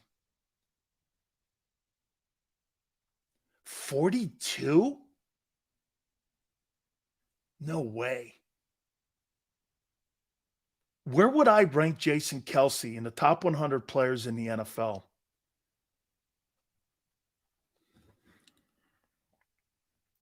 CBS has him 42. That's Alexander. I'm with you, Alexander. 25. That sounds about right. Is Jason Kelce the 25th best player? Fredericksburg, great place. Hey, James, Fredericksburg, I think you got Knoxbury Farm up in that neck of the woods, right, James? You got Knoxbury Farm. I think Six Flags is up in that neck of the woods too. Kelsey's 25 to me. I'm with you. Here it gets more obnoxious. You ready? A.J. Brown, Pete Prisco and CBS has him ranked 47th, the 47th best player in the league. A.J. Brown's the 47th best player in the league.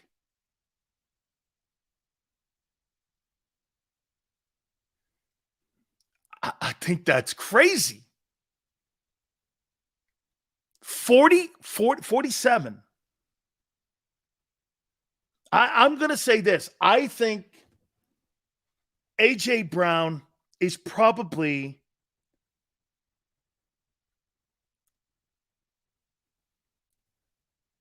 $35.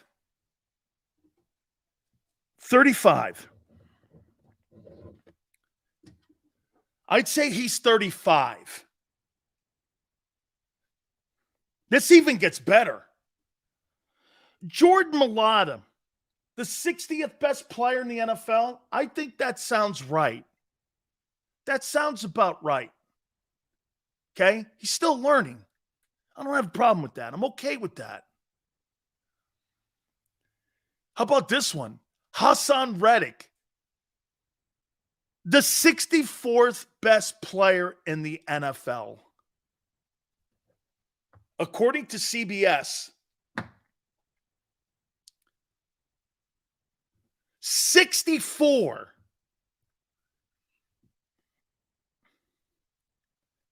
So you're trying to tell me you don't think Hassan Reddick's one of the top 50 players in the NFL right now? He's had double-digit sack years 3 years in a row, and he had 16 last year. You think he's 64th? Man, I do not. I'm going to put him at 50. I'm going to put him at 50. He ain't no 64. He's a top 50 guy.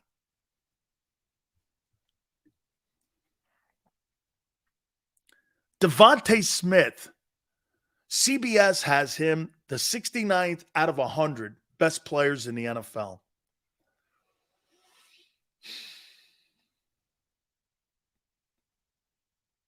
$69.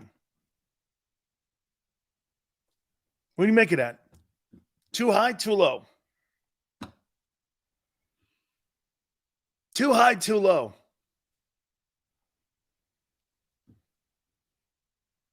I'm going to put Devontae Smith at 65. I think 65. Maybe I may. You don't mind that spot? You think 69 sounds right? Yeah, that's 65, 69. I think so. Remember something. There's like 1,800 players. Okay, these are the top 100. There's no shame here. Landon Dickerson, 77. I think that sounds right. Here's the one that gets me.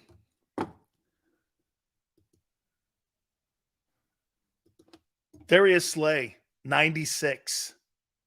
The 96th best player in the league is Darius Slay, and you gave him $15 million a year.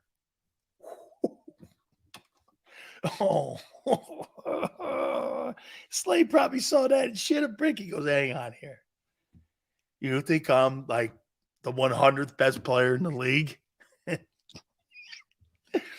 You know, he's looking at that thing going like this. Are you fuck? Actually, I think that's right. I don't think he's a standalone corner. I think he has to have people around him and helping him. I think he has to have a pass rush. He's a center fielder. He's not a lockdown corner. How do they measure this? Hey, I agree, man. How do you know if he's the 100th best corner? I mean, the guy made the Pro Bowl last year and was an All-Pro. I think Landon Dickerson's a really good player, man. I don't think people really have a high opinion of him. I don't know why. I thought he was great last year. You know, more people had opinions on Isaac Seumalo than they did on Landon Dickerson. I don't think Landon Dickerson is a lesser player than Isaac. Pro Football Focus even thinks the same thing. That Seumalo's a better player. I don't know about that. I don't know about that. All right. I'm going to take a timeout. Please hit the like button. Keep it here on the National Football Show. Do you stream on a Roku, Fire Stick, Google TV, or Apple TV? Now you can watch 6ABC 24/7 with the 6ABC Philadelphia streaming app. And the big story on Action News? Search 6ABC Philadelphia and start streaming today. Go to get your game on. Go for the beers. Go for the cheers. Go for the hit and the hits. Go for the stakes and the stakes. Go to get your parlay on. Go to get your party on. Go for the scene. Go for the screens. Go for the gallery. Go for the win. Go to Ocean. Visit theoceanac.com to plan your visit. The greatest fans on earth. It's a bold statement, but would you expect anything less from Philadelphia? 58 years of heartache creates a toughness, a grit, a resolve not found in most. Sure, our prayers were answered, but now that we've had a taste, we're looking for more. Pondley Hockey, official partner of the Philadelphia Eagles.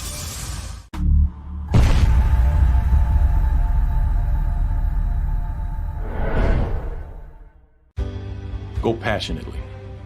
Go fearlessly. Go confidently. Go Birds!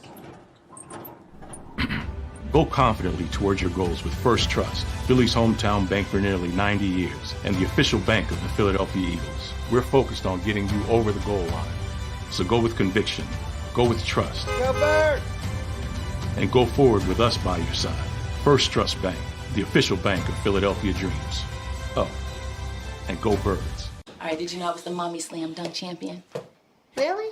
Yes, really don't sound so surprised. Let's see it. Oh, you're ready. All right, here we go. Let's hear the crowd. So go to right, I go to left. Fake 'em out. Mama, go up, mama! She did it. Again? You can't avoid gravity, but United Healthcare can help you avoid financial surprises by helping you compare costs and doctor quality ratings. United Healthcare. Uh-huh.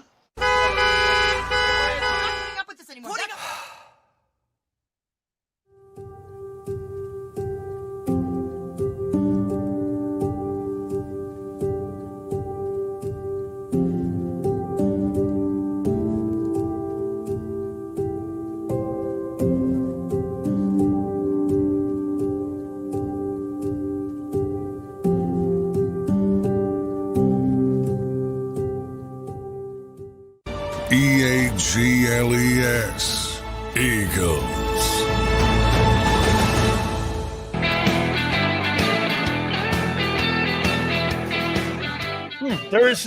Darius Slay salaries ranked 135th. Okay. So it's value. Yeah, okay. By the way, I want to thank James and Tone for posting Wentz Hall of Fame to the Eagle Hall of Fame because, as you could imagine, everyone right now is like, F no, not that guy. Even though Carson Wentz a better quarterback than Donovan McNabb? Did he have a more successful time as an Eagle quarterback than McNabb? Who had a more successful run as an Eagle quarterback? Donovan McNabb or Carson Wentz? I don't ever remember McNabb finishing second in the MVP.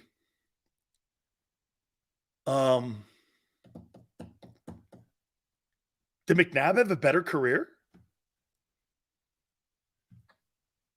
than Wentz did? Wentz won a lot of games. All right, let me think of that.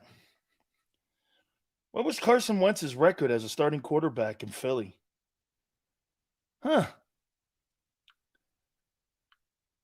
Carson Wentz. Yeah, McNabb played longer. That's it. Didn't do more. Seals, you sound so really? Okay. Philly 35-22. 11-2. 9-7. 5-6. 7-9. Pretty productive years throwing the ball.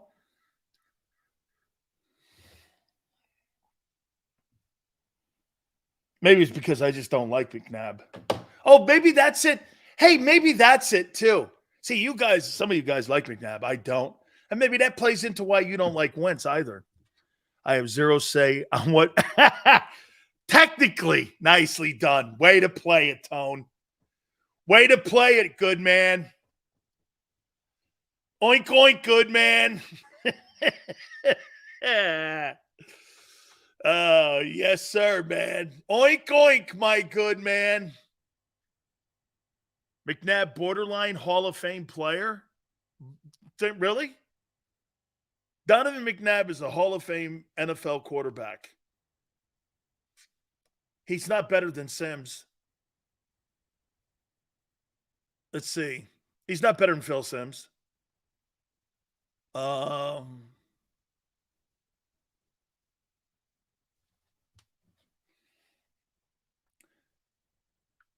All-time leading passing yard quarterbacks list.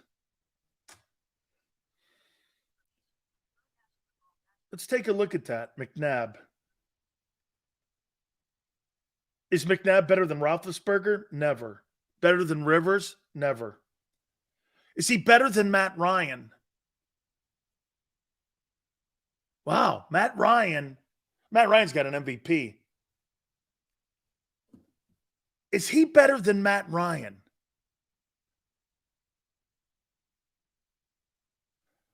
See what Matt Ryan's done. Matt Ryan's 7th in passing yards, 62,000 yards. Went to a Super Bowl and has an MVP.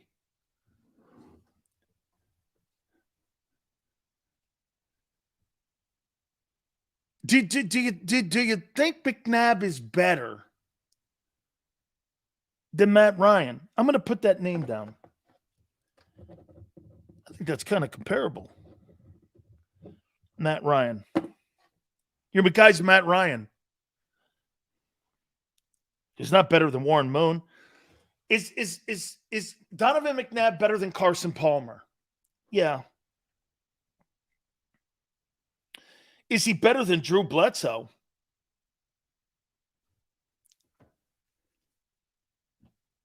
Is Carson Palmer better? I mean, is Donovan McNabb better than Drew Bledsoe?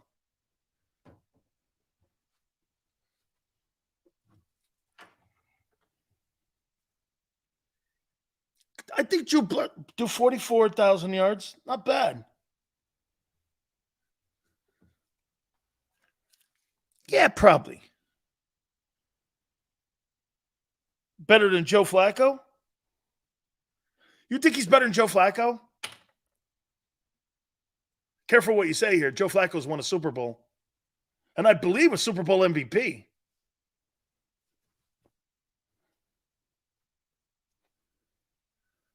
You think he's better? Oh, wait. Who won the MVP in that Super Bowl for the Ravens that he won? Was it him? I forget. Was Flacco? Was Flacco a Super Bowl MVP? Joe Flacco, man, 42,000 yards. Did Joe Flacco win it? Did he win the MVP award in that Super Bowl, or was it? Maybe he did win it. So Joe Flacco's got a Super Bowl MVP and 42,000 yards. Okay.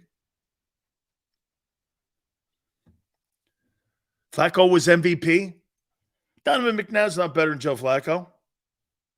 Joe Flacco's not a Hall of Famer. Is he better than Andy Dalton? Yes. Here's McNabb. He's 27, 37,276. Kirk Cousins will pass him this year. Kirk Cousins and Donovan McNabb. I would say that Donovan's better than Cousins. He's not better than Jim Kelly.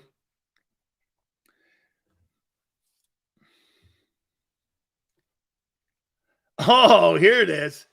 Is Donovan McNabb a better quarterback than Tony Romo? Yeah. Hey, wait. I got another better. Is Donovan McNabb a better quarterback than Dak?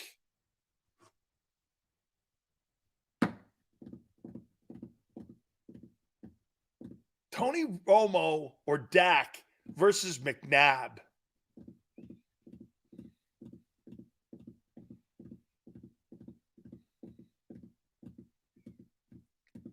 Hey, Zeus, you think they're the same? McNabb's better than Dak?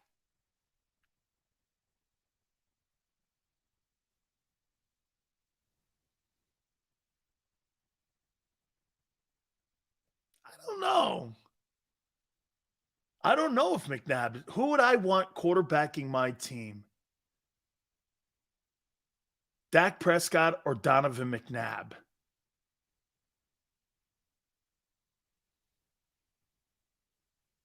I think they're the same. McNabb was more consistent during his prime.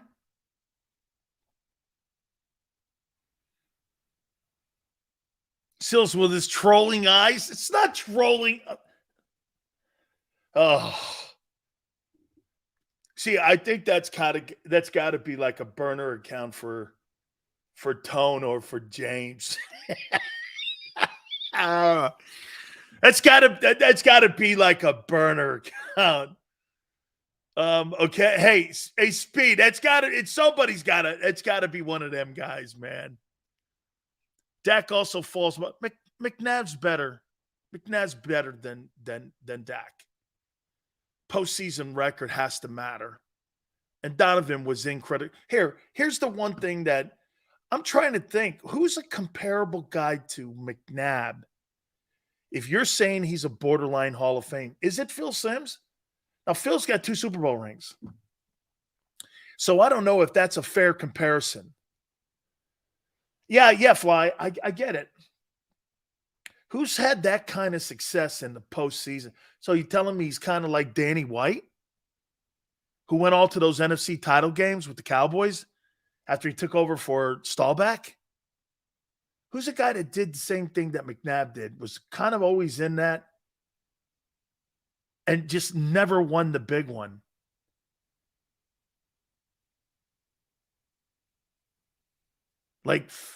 No, Fouts is superior to him.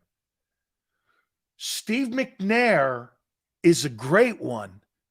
Steve McNair and McNabb. Do I think Steve McNair's I do not think Steve McNair's a Hall of Fame guy. I don't think.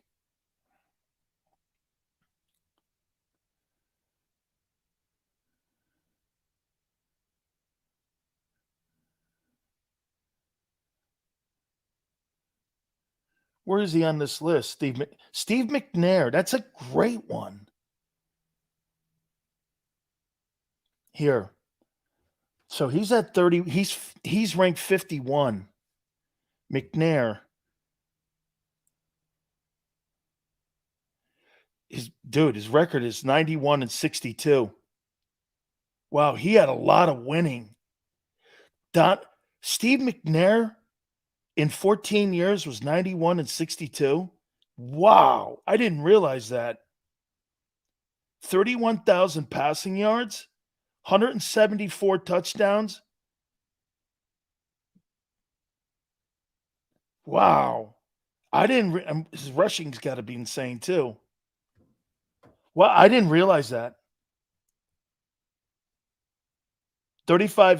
almost 3,600 rushing yards. Man.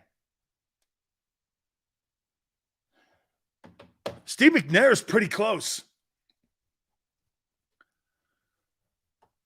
No, McNair got to the Super Bowl. Remember when the guy was reaching out against the Rams? They lost to the Rams like on the last play.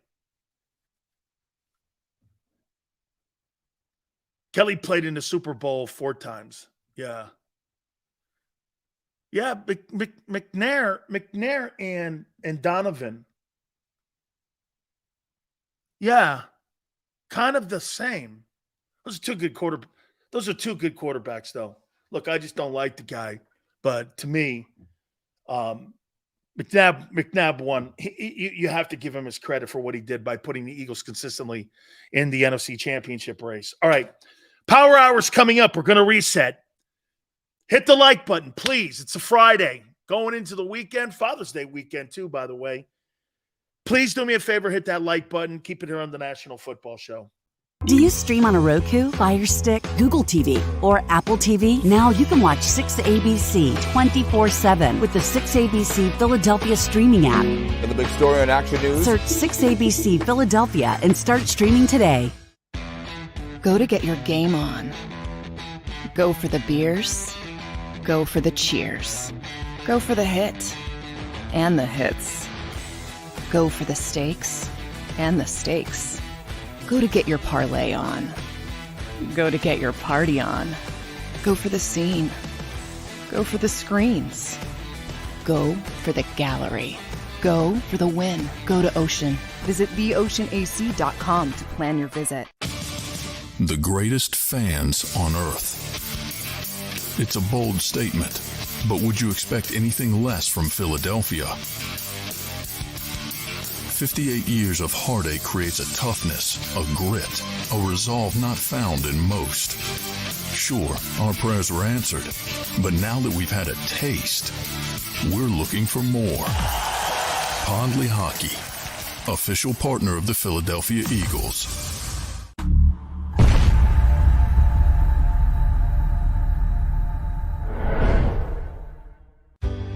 Go passionately.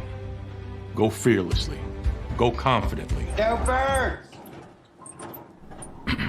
Go confidently towards your goals with First Trust, Philly's hometown bank for nearly 90 years, and the official bank of the Philadelphia Eagles. We're focused on getting you over the goal line. So go with conviction. Go with trust. Go Birds! And go forward with us by your side. First Trust Bank, the official bank of Philadelphia Dreams. Oh, and go Birds. All right, did you know I was the mommy slam dunk champion? Really? Yes, really don't sound so surprised. Let's see it. Oh, you're ready. All right, here we go. Let's hear the crowd. So go to right, I go to left, I fake him out. Mama, go up, mama! She did it. Again? You can't avoid gravity, but United Healthcare can help you avoid financial surprises by helping you compare costs and doctor quality ratings. United Healthcare. Uh-huh.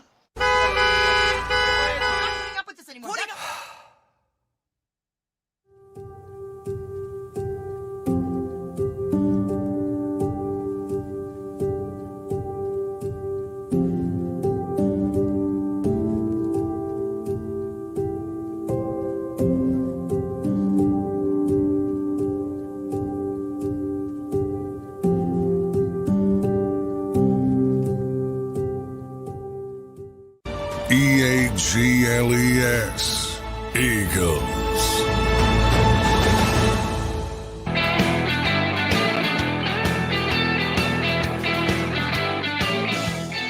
I've learned that there is a trigger for Eagle fans, and his name is Carson Wentz. My Twitter, as expected, is blowing up. No, you know what? I didn't know how much it would blow up at Dan Sileo show. Hell no, he only had 1 year. So does Jalen. Hell no. He only had one good season. The same shit that I talk about with Jalen Hurts, they go back and use that to indict Wentz when it comes to me even bringing up him being an Eagle Hall of Famer. Man, you guys do not practice the same shit you preach. Not at all. You use the same shit to indict a guy, to validate a guy. It's hypocritical. You're hypocrites. You are hypocrites. Wentz only had one good season. So did your guy right now. And you're calling him elite. You should see it. There's a guy in there going, you can't put a guy in the Hall of Fame because he played 1 year. Well, not necessarily true. He didn't have one good season. He had multiple good seasons in Philly. That's actually not true. It's actually not true. Keon goes, Jalen's not a Hall of Famer either. Jalen's not a Hall of Famer because he hasn't done anything but 1 year. Carson Wentz has. I showed you what he's done. He's done a hell of a lot more than most of the quarterbacks in the history of your franchise. He had a better career than Vic there. He had a better career. Oh, by the way, how many people think Nick Foles belongs in the Eagle Hall of Fame? Too early to talk Hall of Fame. I wasn't really talking Jalen Hall of Fame. I wasn't talking that. But see how you try, see what Eagle fans are doing? They're making it sound like Carson Wentz had one season of decent ball. 16,000 yards, almost 17,000 yards, 2-to-1 in touchdown ratio, 113 touchdowns to 50 touchdowns, 90 quarterback rating, holds the records for most attempts and completions, first and second, highest yardage in the history of the league, of the franchise for a single season, and the fourth most. And he's thrown the most touchdown passes in a single season in franchise history. That's not one season. There's multiple, 16, 17, 19, and some of 18. What are you talking about? What are you talking about?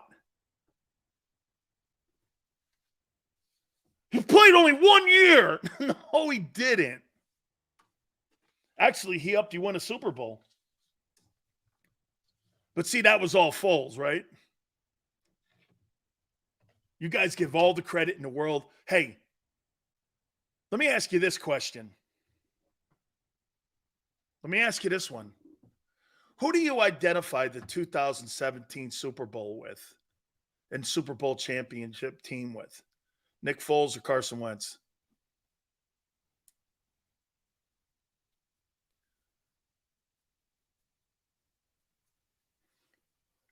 Who do you identify that team with as the leader of that team? Let's see. Wentz played 13 games, and Foles played 3, 4, 5, 6. Played 6 games. I think that in that 17 season, I think he played 6. Sound right? Foles? Guy who played 6 games. You identify. And the guy who played 13, you don't. Okay. All right. Interesting. Okay. Wow. Oh. Peterson. History is history. People today only care about what they have done for me today. Foles, but no Wentz, no Super Bowl. Foles, even when Wentz was playing, they had a Foles mural. Listen, Wentz got us there, but Foles won it. But Foles is not a Hall of Famer. Okay. He left his imprint. Closed it out. We brought it home. I get it, Twiz. But you should see my Twitter right now. What do you mean? How in the what? No. Way to go, James. Technically, Tone. Way to go. Hey, no. Man. I don't know. I think you guys hate Carson Wentz more than you hate Ben Simmons. Is that a fair proclamation? Obviously, Foles, you fool. Dare you? How dare you disrespect Foles, you fool? They put up a statue. Remember that. The hell? Again, hey, outsider, let me hook you up on something. We got a statue of Nicky. Philly, bitch.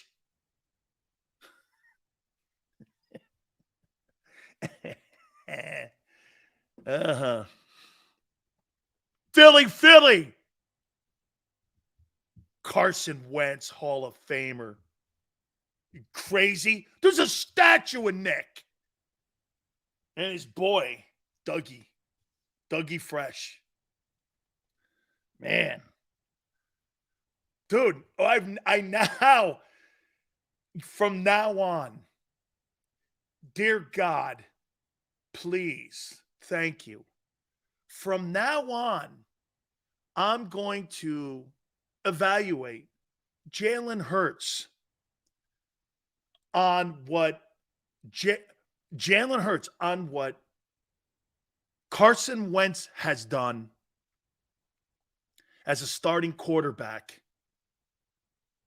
for the Eagles. Let me take a look at that right now for a second. Let's see here. Yeah. Let's see here. Jalen Hurts stats. All right. Let's see here. Okay, here we go. There we go. Let's see. 265 completions. Well, we won't do that one. We'll do his MVP year. 306. That's great. 460. 3701.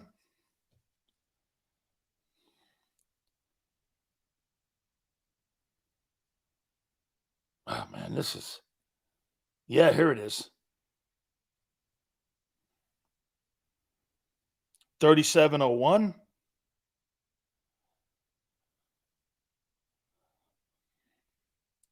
(22-6). What's that quarterback rating? 1015. All right. Let me take a look. This is great. Carson Wentz stats. Let's see.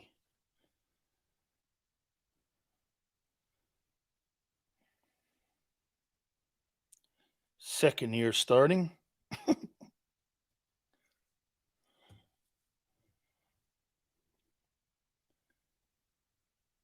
Let's see. Second year starting.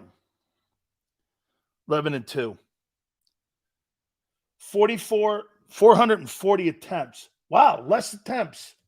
I'm actually shocked. Jalen threw the ball more.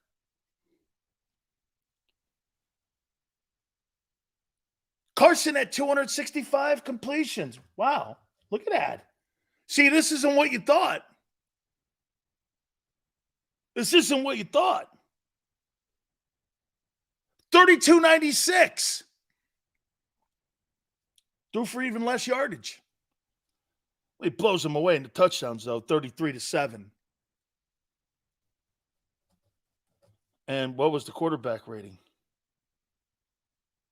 Oh, Jalen blows them away. No, it's 1019. And Wentz had, and Jalen had 1015. Pretty close. Wow. So look at that. In the second year starting, both guys helped bring their team to the Super Bowl. One guy had a ton of touchdowns throwing the ball. But Jalen does, at the end of the day, Jalen does get the ball in the end zone running it too. Yeah. Who would you want, Foles? Who would you want, Foles or starting QB? Sills is in shock. I actually am, Sue. Jalen Hurts. Did Jalen Hurts have a better Super Bowl year than what Carson Wentz did?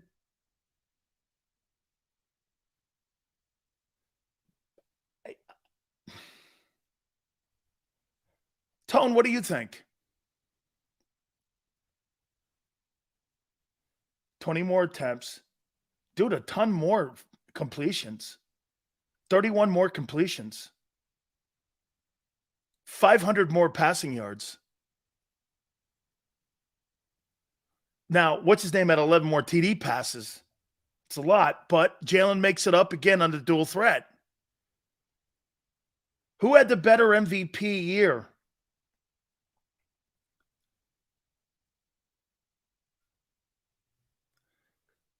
You got me.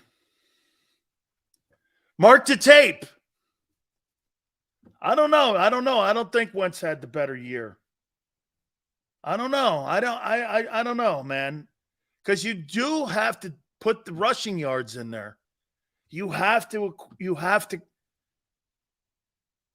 add that in. You have to. You just can't.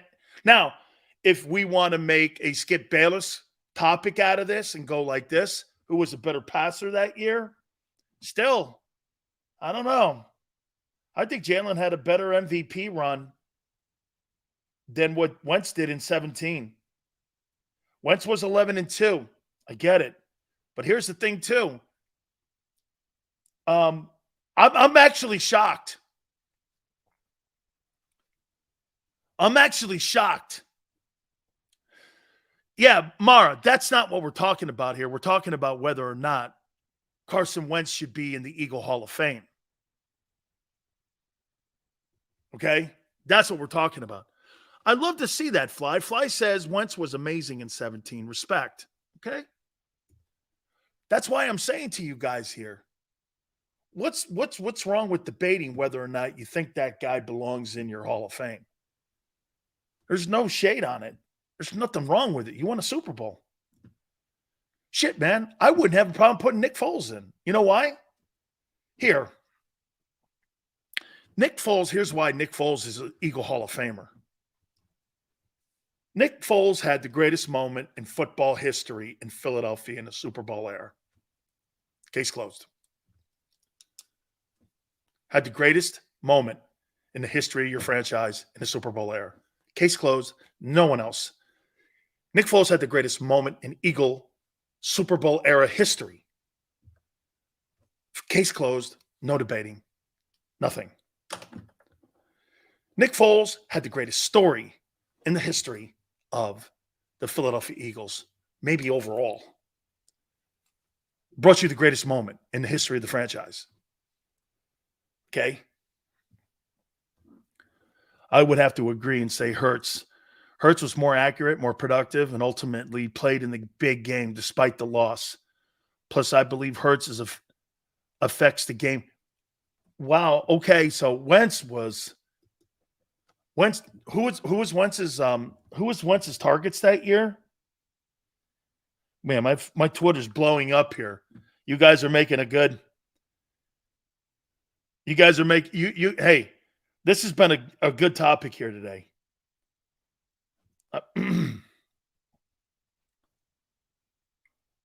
Who was he throwing to? Let's see here. Who was he throwing to that year when it came to Alshon Jeffries? LeGarrette Blount was in the backfield. Had 700. Wow, LeGarrette Blount had 766 yards. Holy shit. I didn't know he had that many yards. Hey, man, I'll tell you one guy that you guys had on that team that I really liked. That Corey Clement. I really liked Corey Clement. Okay? Wentz had Alshon, Torrey Smith, Zach Ertz, and Nelson Aguilar. Not near the talent that Jalen Hurts has. Not near the talent. Hurts is good. Torrey's not bad. Jeffries was okay. Let me see what he did that year.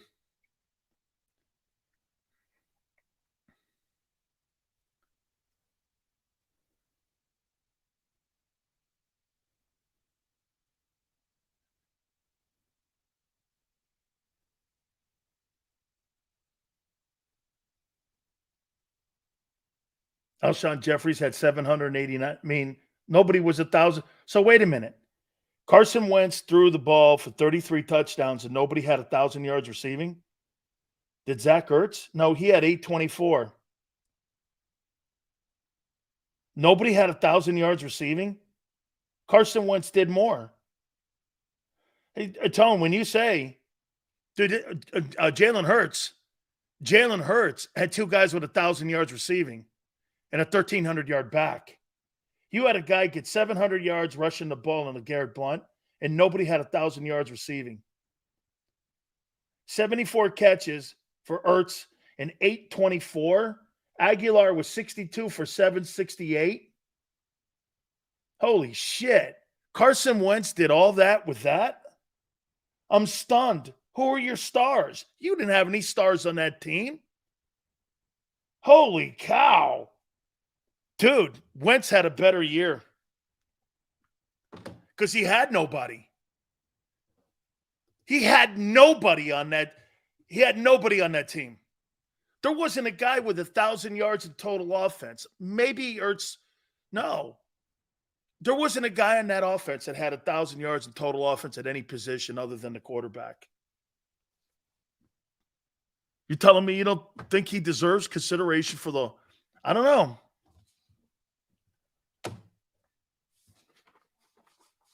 Okay. Wow.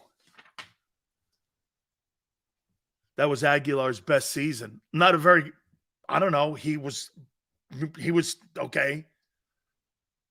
Sills, remember when Hurts threw for 4K and had guys like Greg Ward and Travis catching passes? Dude, that's terrible. That whole 2017 team was hated on so much. So happy they won. Really? I didn't know that, Sue. The 2017 team was hated on? Doesn't sound that way to Tone. I mean, when I hear Tone talking about that 17 team, he loved that team. Am I wrong? Am I wrong, Tone? You love that team. So you think the Eagle fans love this team more than that 17 team? Wow, am I learning some things today? Wow. Boy, I tell you what, you bring up that 17 team. Interesting. By the way, we're going to catch up with our friend Jason Cole here in a minute and get his thoughts on that. You know what? I'm going to ask him about Carson Wentz here and him working with John Gruden. I kind of posted the other day that I had a conversation with John Gruden, and John Gruden said that he had to go to a place where a coach kicked his ass, like Doug Peterson or someplace like Pete Carroll. John thinks he potentially lands in a place like Seattle, not Green Bay. Green Bay's not going to kick. Matt LaFleur's not going to kick his ass. And I wonder what people, especially in the media, think about quarterbacks like Derek Carr. John Gruden was in New Orleans last week, helping install the offensive game plan for New Orleans. I mean, I wonder what folks have to, think about John Gruden here. So we're going to catch up with our friend Jason Cole here in a second here.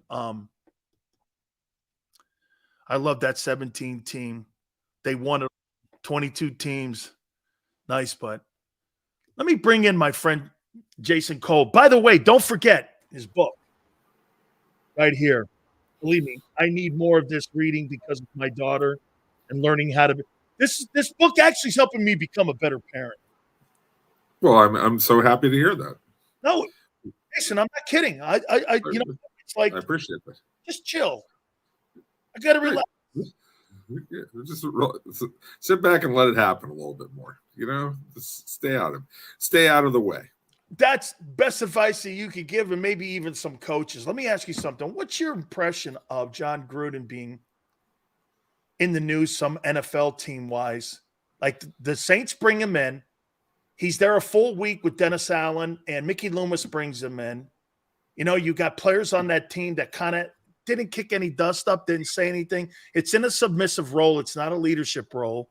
Right. And you see him working with Wentz. What's your feeling? I mean, you think there's a way he comes back into the league, or do you think it's always going to be a consultant role? Probably a consultant role. If for no other reason than I'm not sure he wants to deal with it, right?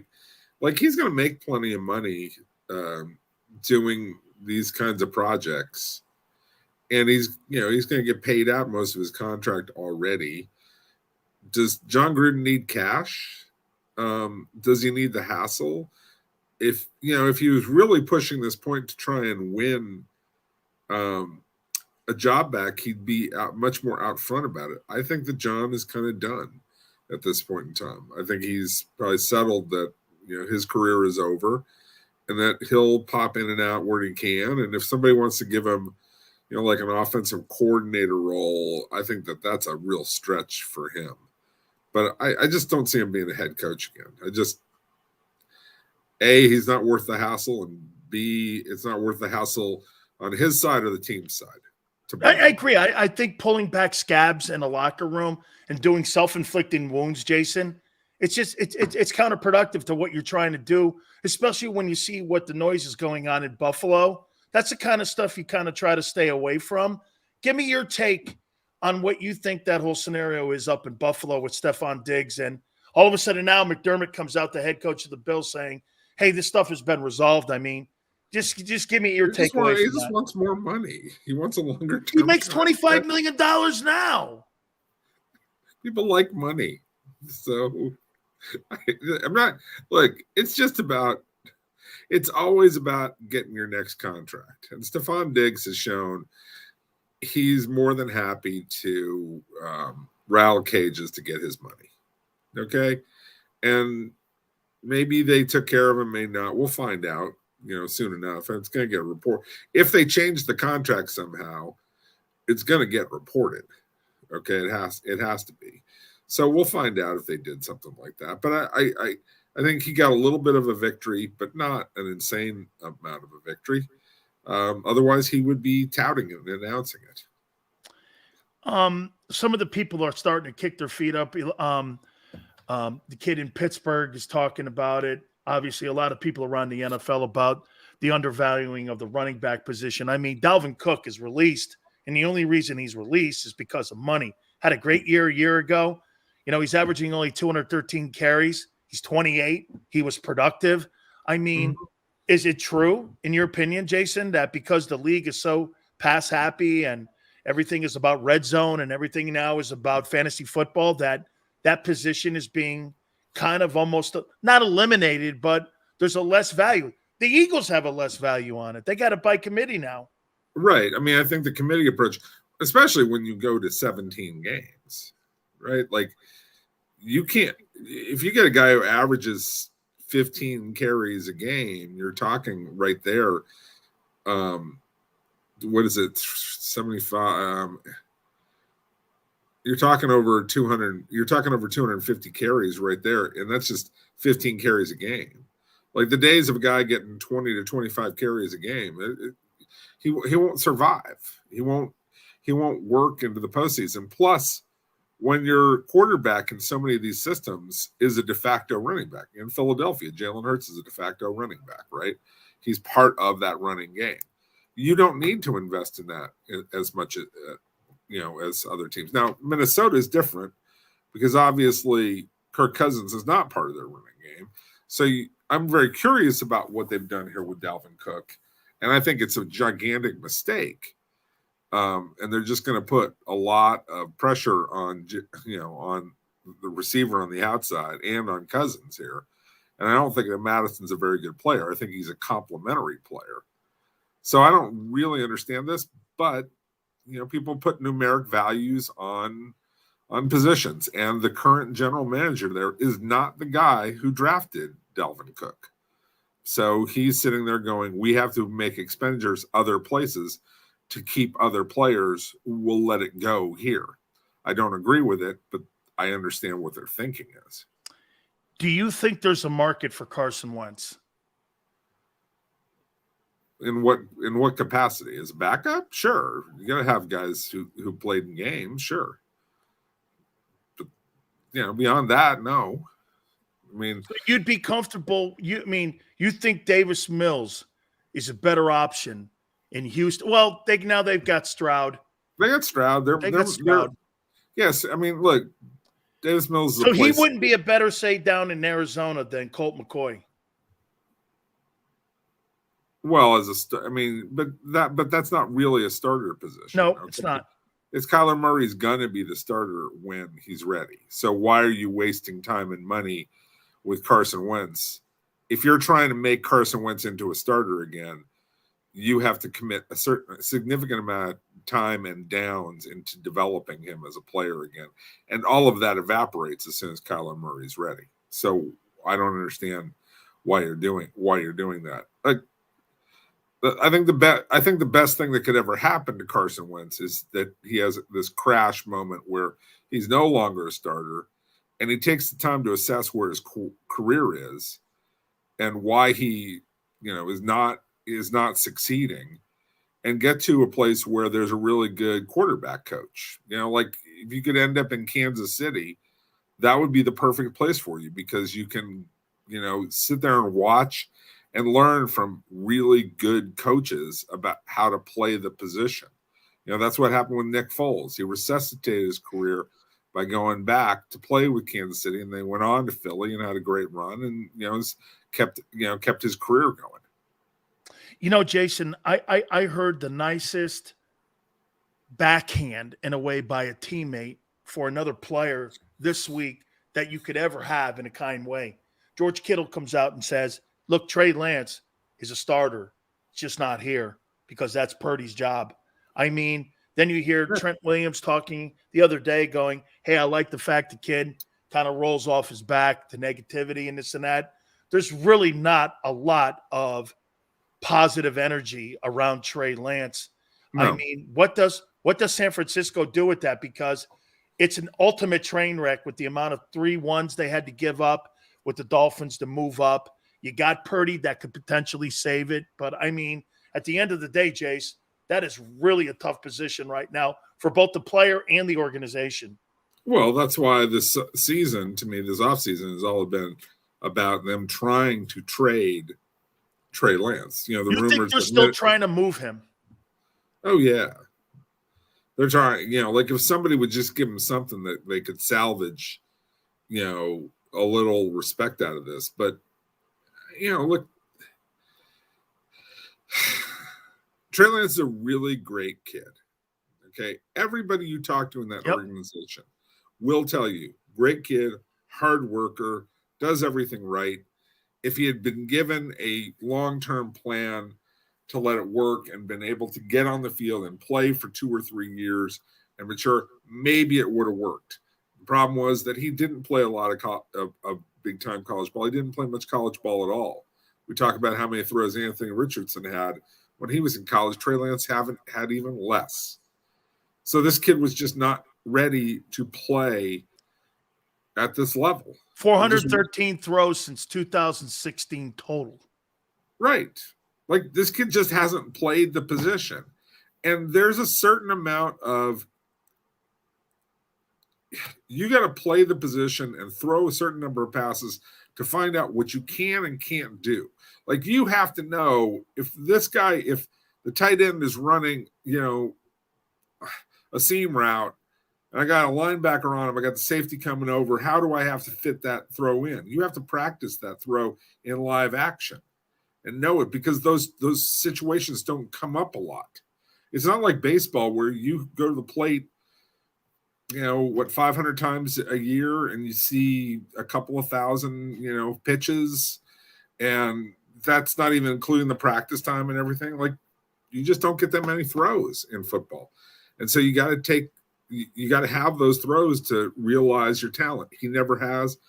I was talking with one coach this week who just laughed about that story that was put out earlier this offseason about him. Oh, he's working hard to change his mechanics. Nobody changes their mechanics in the NFL. Not when you're about to get hit by a 300-pound man. Like, I always go back to Tiger Woods, his first year on the PGA Tour, spent an entire year changing his golf swing. It took him a year to change a golf swing. There's no 300-pound guy like breathing down his neck, trying to kill him. All right. You revert to how you've always played when you're in that live situation. Tim Tebow, he could never change his mechanics. I mean, come on, stop it with this kind of stuff. They've tried. You always revert back to comfort zone. Yeah, unless you have a lot of time. It takes years and years and years to change something like your throwing motion. It just doesn't happen overnight. So to me, that story was another effort by the 49ers to say, oh, look, he's doing all these things. Somebody please trade for him. They went out and got Sam Darnold for a reason. Sam Darnold is a big, brain dead heaver who can throw the ball all over the yard. Okay. He is a pocket passer. Not a very bright guy, kind of a lunkhead, but he can throw the ball. Trey Lance, like he's a running quarterback who hasn't had a lot of time to learn the position. Couple last questions for you here. Jace, are we in a position now in the NFL where the difference between the number one quarterback in the league to the number two quarterback is so wide that you look at the distance from the second to the seventh and how close everyone is? There's a wider gap between 1 and 2 right now. Look, I think Burrow has all the intangibles. But here's why I say Mahomes. This guy has a $7 million, he's got a $3 million backfield room. He needs no running back. He beats teams with Juju Smith-Schuster and guys like that. There's lesser talent than he had when he won the first Super Bowl. I mean, he had a better year. I mean, Jace, this guy, he's a great. He's so wide. He's a great player. Joe Burrow's a bad man. Okay, I think so too. And Aaron Rodgers is still a damn good player. But those guys have talent around them. This guy is Travis Kelce and nothing else. He's got Andy Reid. It is a great point. He's not a physical talent, but boy, man, the man knows how to draw up plays, and he knows how to call them, and he knows how to set it up, and he knows how to get a running game going. And that offensive line, pretty damn good. Like, I'm not going to say don't say that he's winning with nobodies. Don't make that mistake. Did they let Tyreek Hill go and do a magnificent job of replacing him? Absolutely. Give him a lot of credit. But those guys weren't just schmucks who were around him, okay?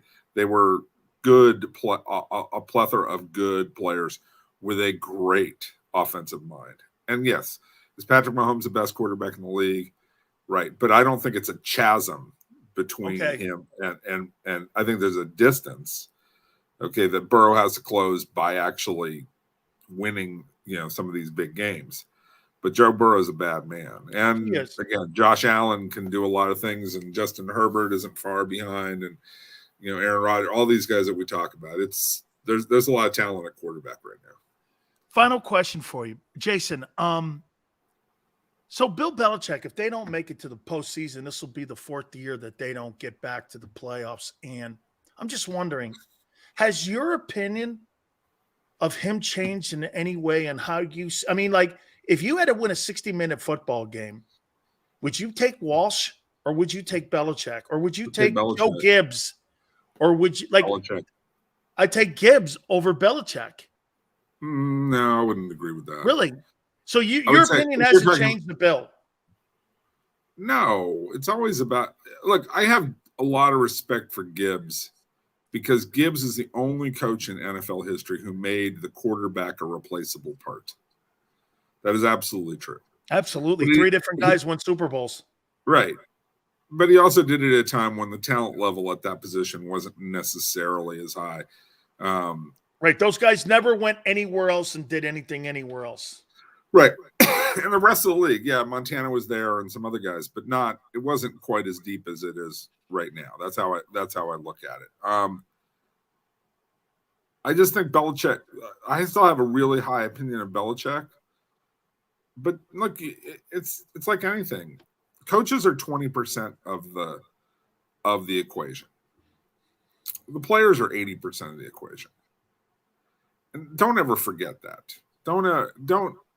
The greatest coach in the world can't draw up plays if he doesn't have players who can execute the plays and can change the X's and O's of the play. So Jace, do you think he just got too consumed with running the entire organization instead of just being a coach that he is? And that, again, now he's personnel. Last year he's doing offensive coaching. He's doing defensive coaching. I mean, it sounds like you thin yourself. It worked for him for 20 years. Well, he wasn't the offensive coordinator with Brady. No, but he ran the personnel. He did. And he was involved in those offensive coaching meetings. Don't think that he wasn't in those meetings. He'd sit down with Brady and go over the game plan, and he was part of that. Trust me. Like, Belichick is one of the best 3 or 4 to ever do it. Along with guys like Paul Brown and again, the Knowles of the world, the Gibbs of the world, the Walshes. He's in that the highest level you possibly can be, and he's going You to think break. Andy Reid is in that conversation? No, not quite. He's not quite there. I mean, he didn't win. He's won 2 Super Bowls. You know, he's a damn good coach. He didn't win. Shula is probably. I would take. Who would your 5 coaches? Who would your 5 coaches be? 5. By the way, folks, he's a Hall of Fame voter. 5. The 5 most important coaches, and well, not most important. The 5 best coaches in the history of the league: Gibbs, Belichick, Walsh. Guy gets tough. Gibbs, Belichick, Walsh. Your Mount Rushmore. It's got to be Paul Brown, and then I'll go Lombardi over Knoll, and Landry, and Shula and Reed. So you think Andy's a top 10 guy then? Andy's in top 10. Yeah, that's a murderer's row. Oh, no. I mean, you got Gibbs, Belichick, Walsh, Brown, and Lombardi as your 5 guys. And I didn't mention Hallis, but Hallis coached mostly in a different age. In 3 different stints, right? Yeah, well, but I mean, still a great coach. I mean, Hallis coached at a time when, you know, we're talking 35-man, 40-man rosters. You know, not the same thing. Absolutely. As the game got more complex, Hallis wasn't quite the same. I didn't even get into John Madden, right? Like highest win percentage in the history of the league. Yeah, like there are some guys who are out there who are, you know, phenomenal minds. I would say that the greatest offensive mind is Walsh, and then you have Gibbs, who, you know, obviously ripped off a lot of stuff from Coryell and Gilman. But what do you put Nolan there? Noel is right on the edge of the top 5. He's, you know, and he look, don't mistake it. He was a personnel guy too. Right. He made final decisions on who they took. Yeah. Like he's the guy who they had to clear it with when Dick Haley and Bill Nunn and those guys, you know, said, here's the players, the final choice came down to Noel. Now, they could persuade him to do what they wanted him to do if they talked to him certain ways, but it had to be him being persuaded. Okay. You know, I've heard those about those. I've done a lot of research into the Steelers in the late 60s and 70s. So, you know, Noel was fantastic, but Noel didn't do it in free agency necessarily. I mean, the difference is Belichick was great for 20 years in free agency. Like, yeah, that's right. That's right. Reed did it in free agency. You know, like that's an amazing accomplishment in free agency. Absolutely. Jace, have a great weekend. Great conversation as always, man. All right. Look forward to talking to you again. Thank you, my brother. Anytime, dude. Be good. You got it. Our friend Jason Cole. Hit the like button. Thank you so much. Keep it here. By the way, real quick, Arthur, is that true? Belichick is 78 and 83 without Brady? Oh, okay. Hey, that's quite a number. That's an interesting number. At 78 and 83. Hit the like button. Keep it here on the National Football Show.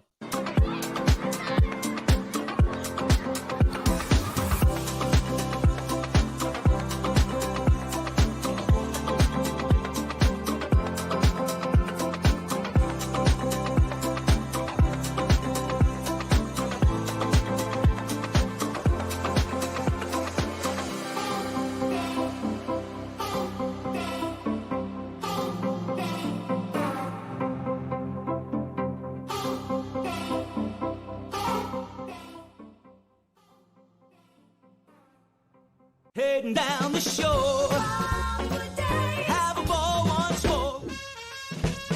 Here, imaginations run wild and time stands still. Because here, you can find the best of the Jersey Shore, all on one 5-mile island. So leave the old you behind and get lost in the woods. Wild, wild, wild wood days.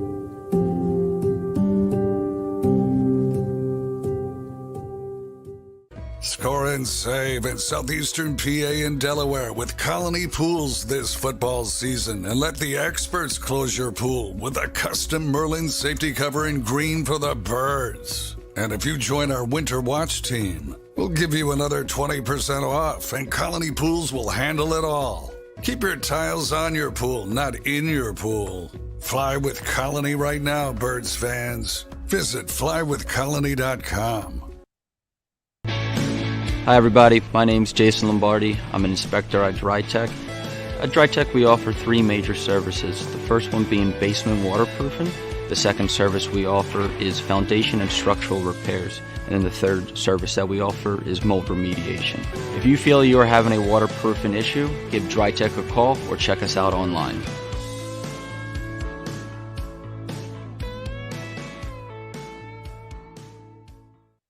EAGLES, Eagles.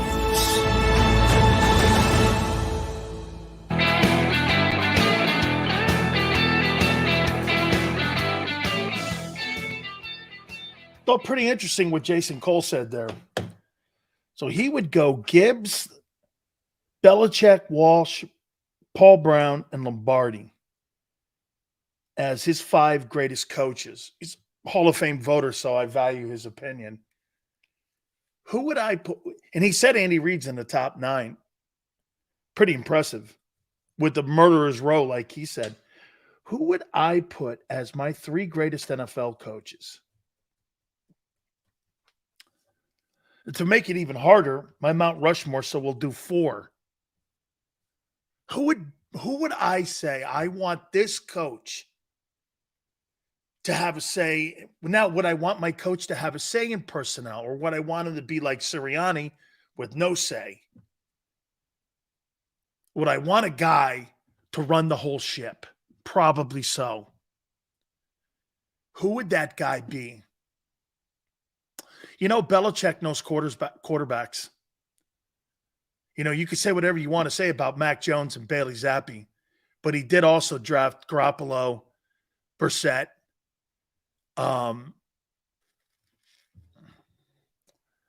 Brady. I mean, he has drafted people that have won.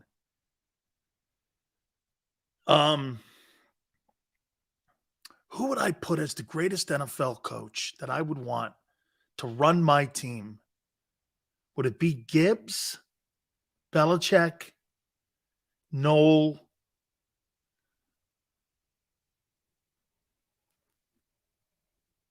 Got to think salary cap.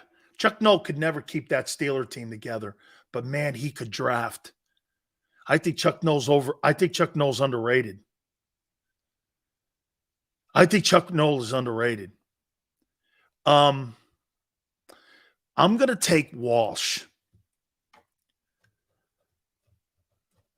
Here's why. Innovator, saw the value in Steve Young, traded for him. He was a bust in Tampa. Drafted Montana in the 3rd, still had DeBerg. Look at those players that he drafted. It was him. And it was him, John McVay, and Ed DeBartolo that put that dynasty together. So I would probably say Walsh 1. I would go Noel 2.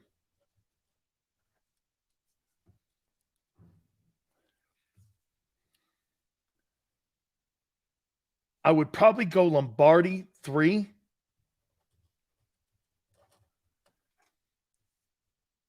I would go Belichick 4. My Mount Rushmore would be Walsh, Noel, Lombardi, Belichick. Those would be my 4 guys. My 4 guys would be I would have Walsh, Noel, Lombardi, Belichick. You got to remember something, what Lombardi did. When he took the job in 59, the team previous, if I'm not mistaken, had won 1 game. And with those players that won 1 game prior, I think there were 11 Hall of Famers that ended up making it to Canton and it was because of his coaching. So he took a loser team and turned all those guys into winners, including Starr. So he could motivate, and he identified also, in my opinion, talent on the football team. And in his 9 years in Green Bay, they did win 5 world titles. So I would say that. The reason I picked Walsh is because Bill was not only a personnel guy, but he's the guy that found here. You know how you guys talk about North Dakota State all the time? Look at this. Check this. Here's the ultimate. So they went down to, I think it was maybe the Shriners game, or they used to have like a red, white, and blue all-star game. And I think they used to play it. I think they used to play that thing in Houston. It was about the college seniors. And he was watching this guy called Rooster Jones from Pittsburgh. This guy, Rooster Jones, was like a big-time receiver and played at Pitt. And everyone said he's going to be the number 1 player taken.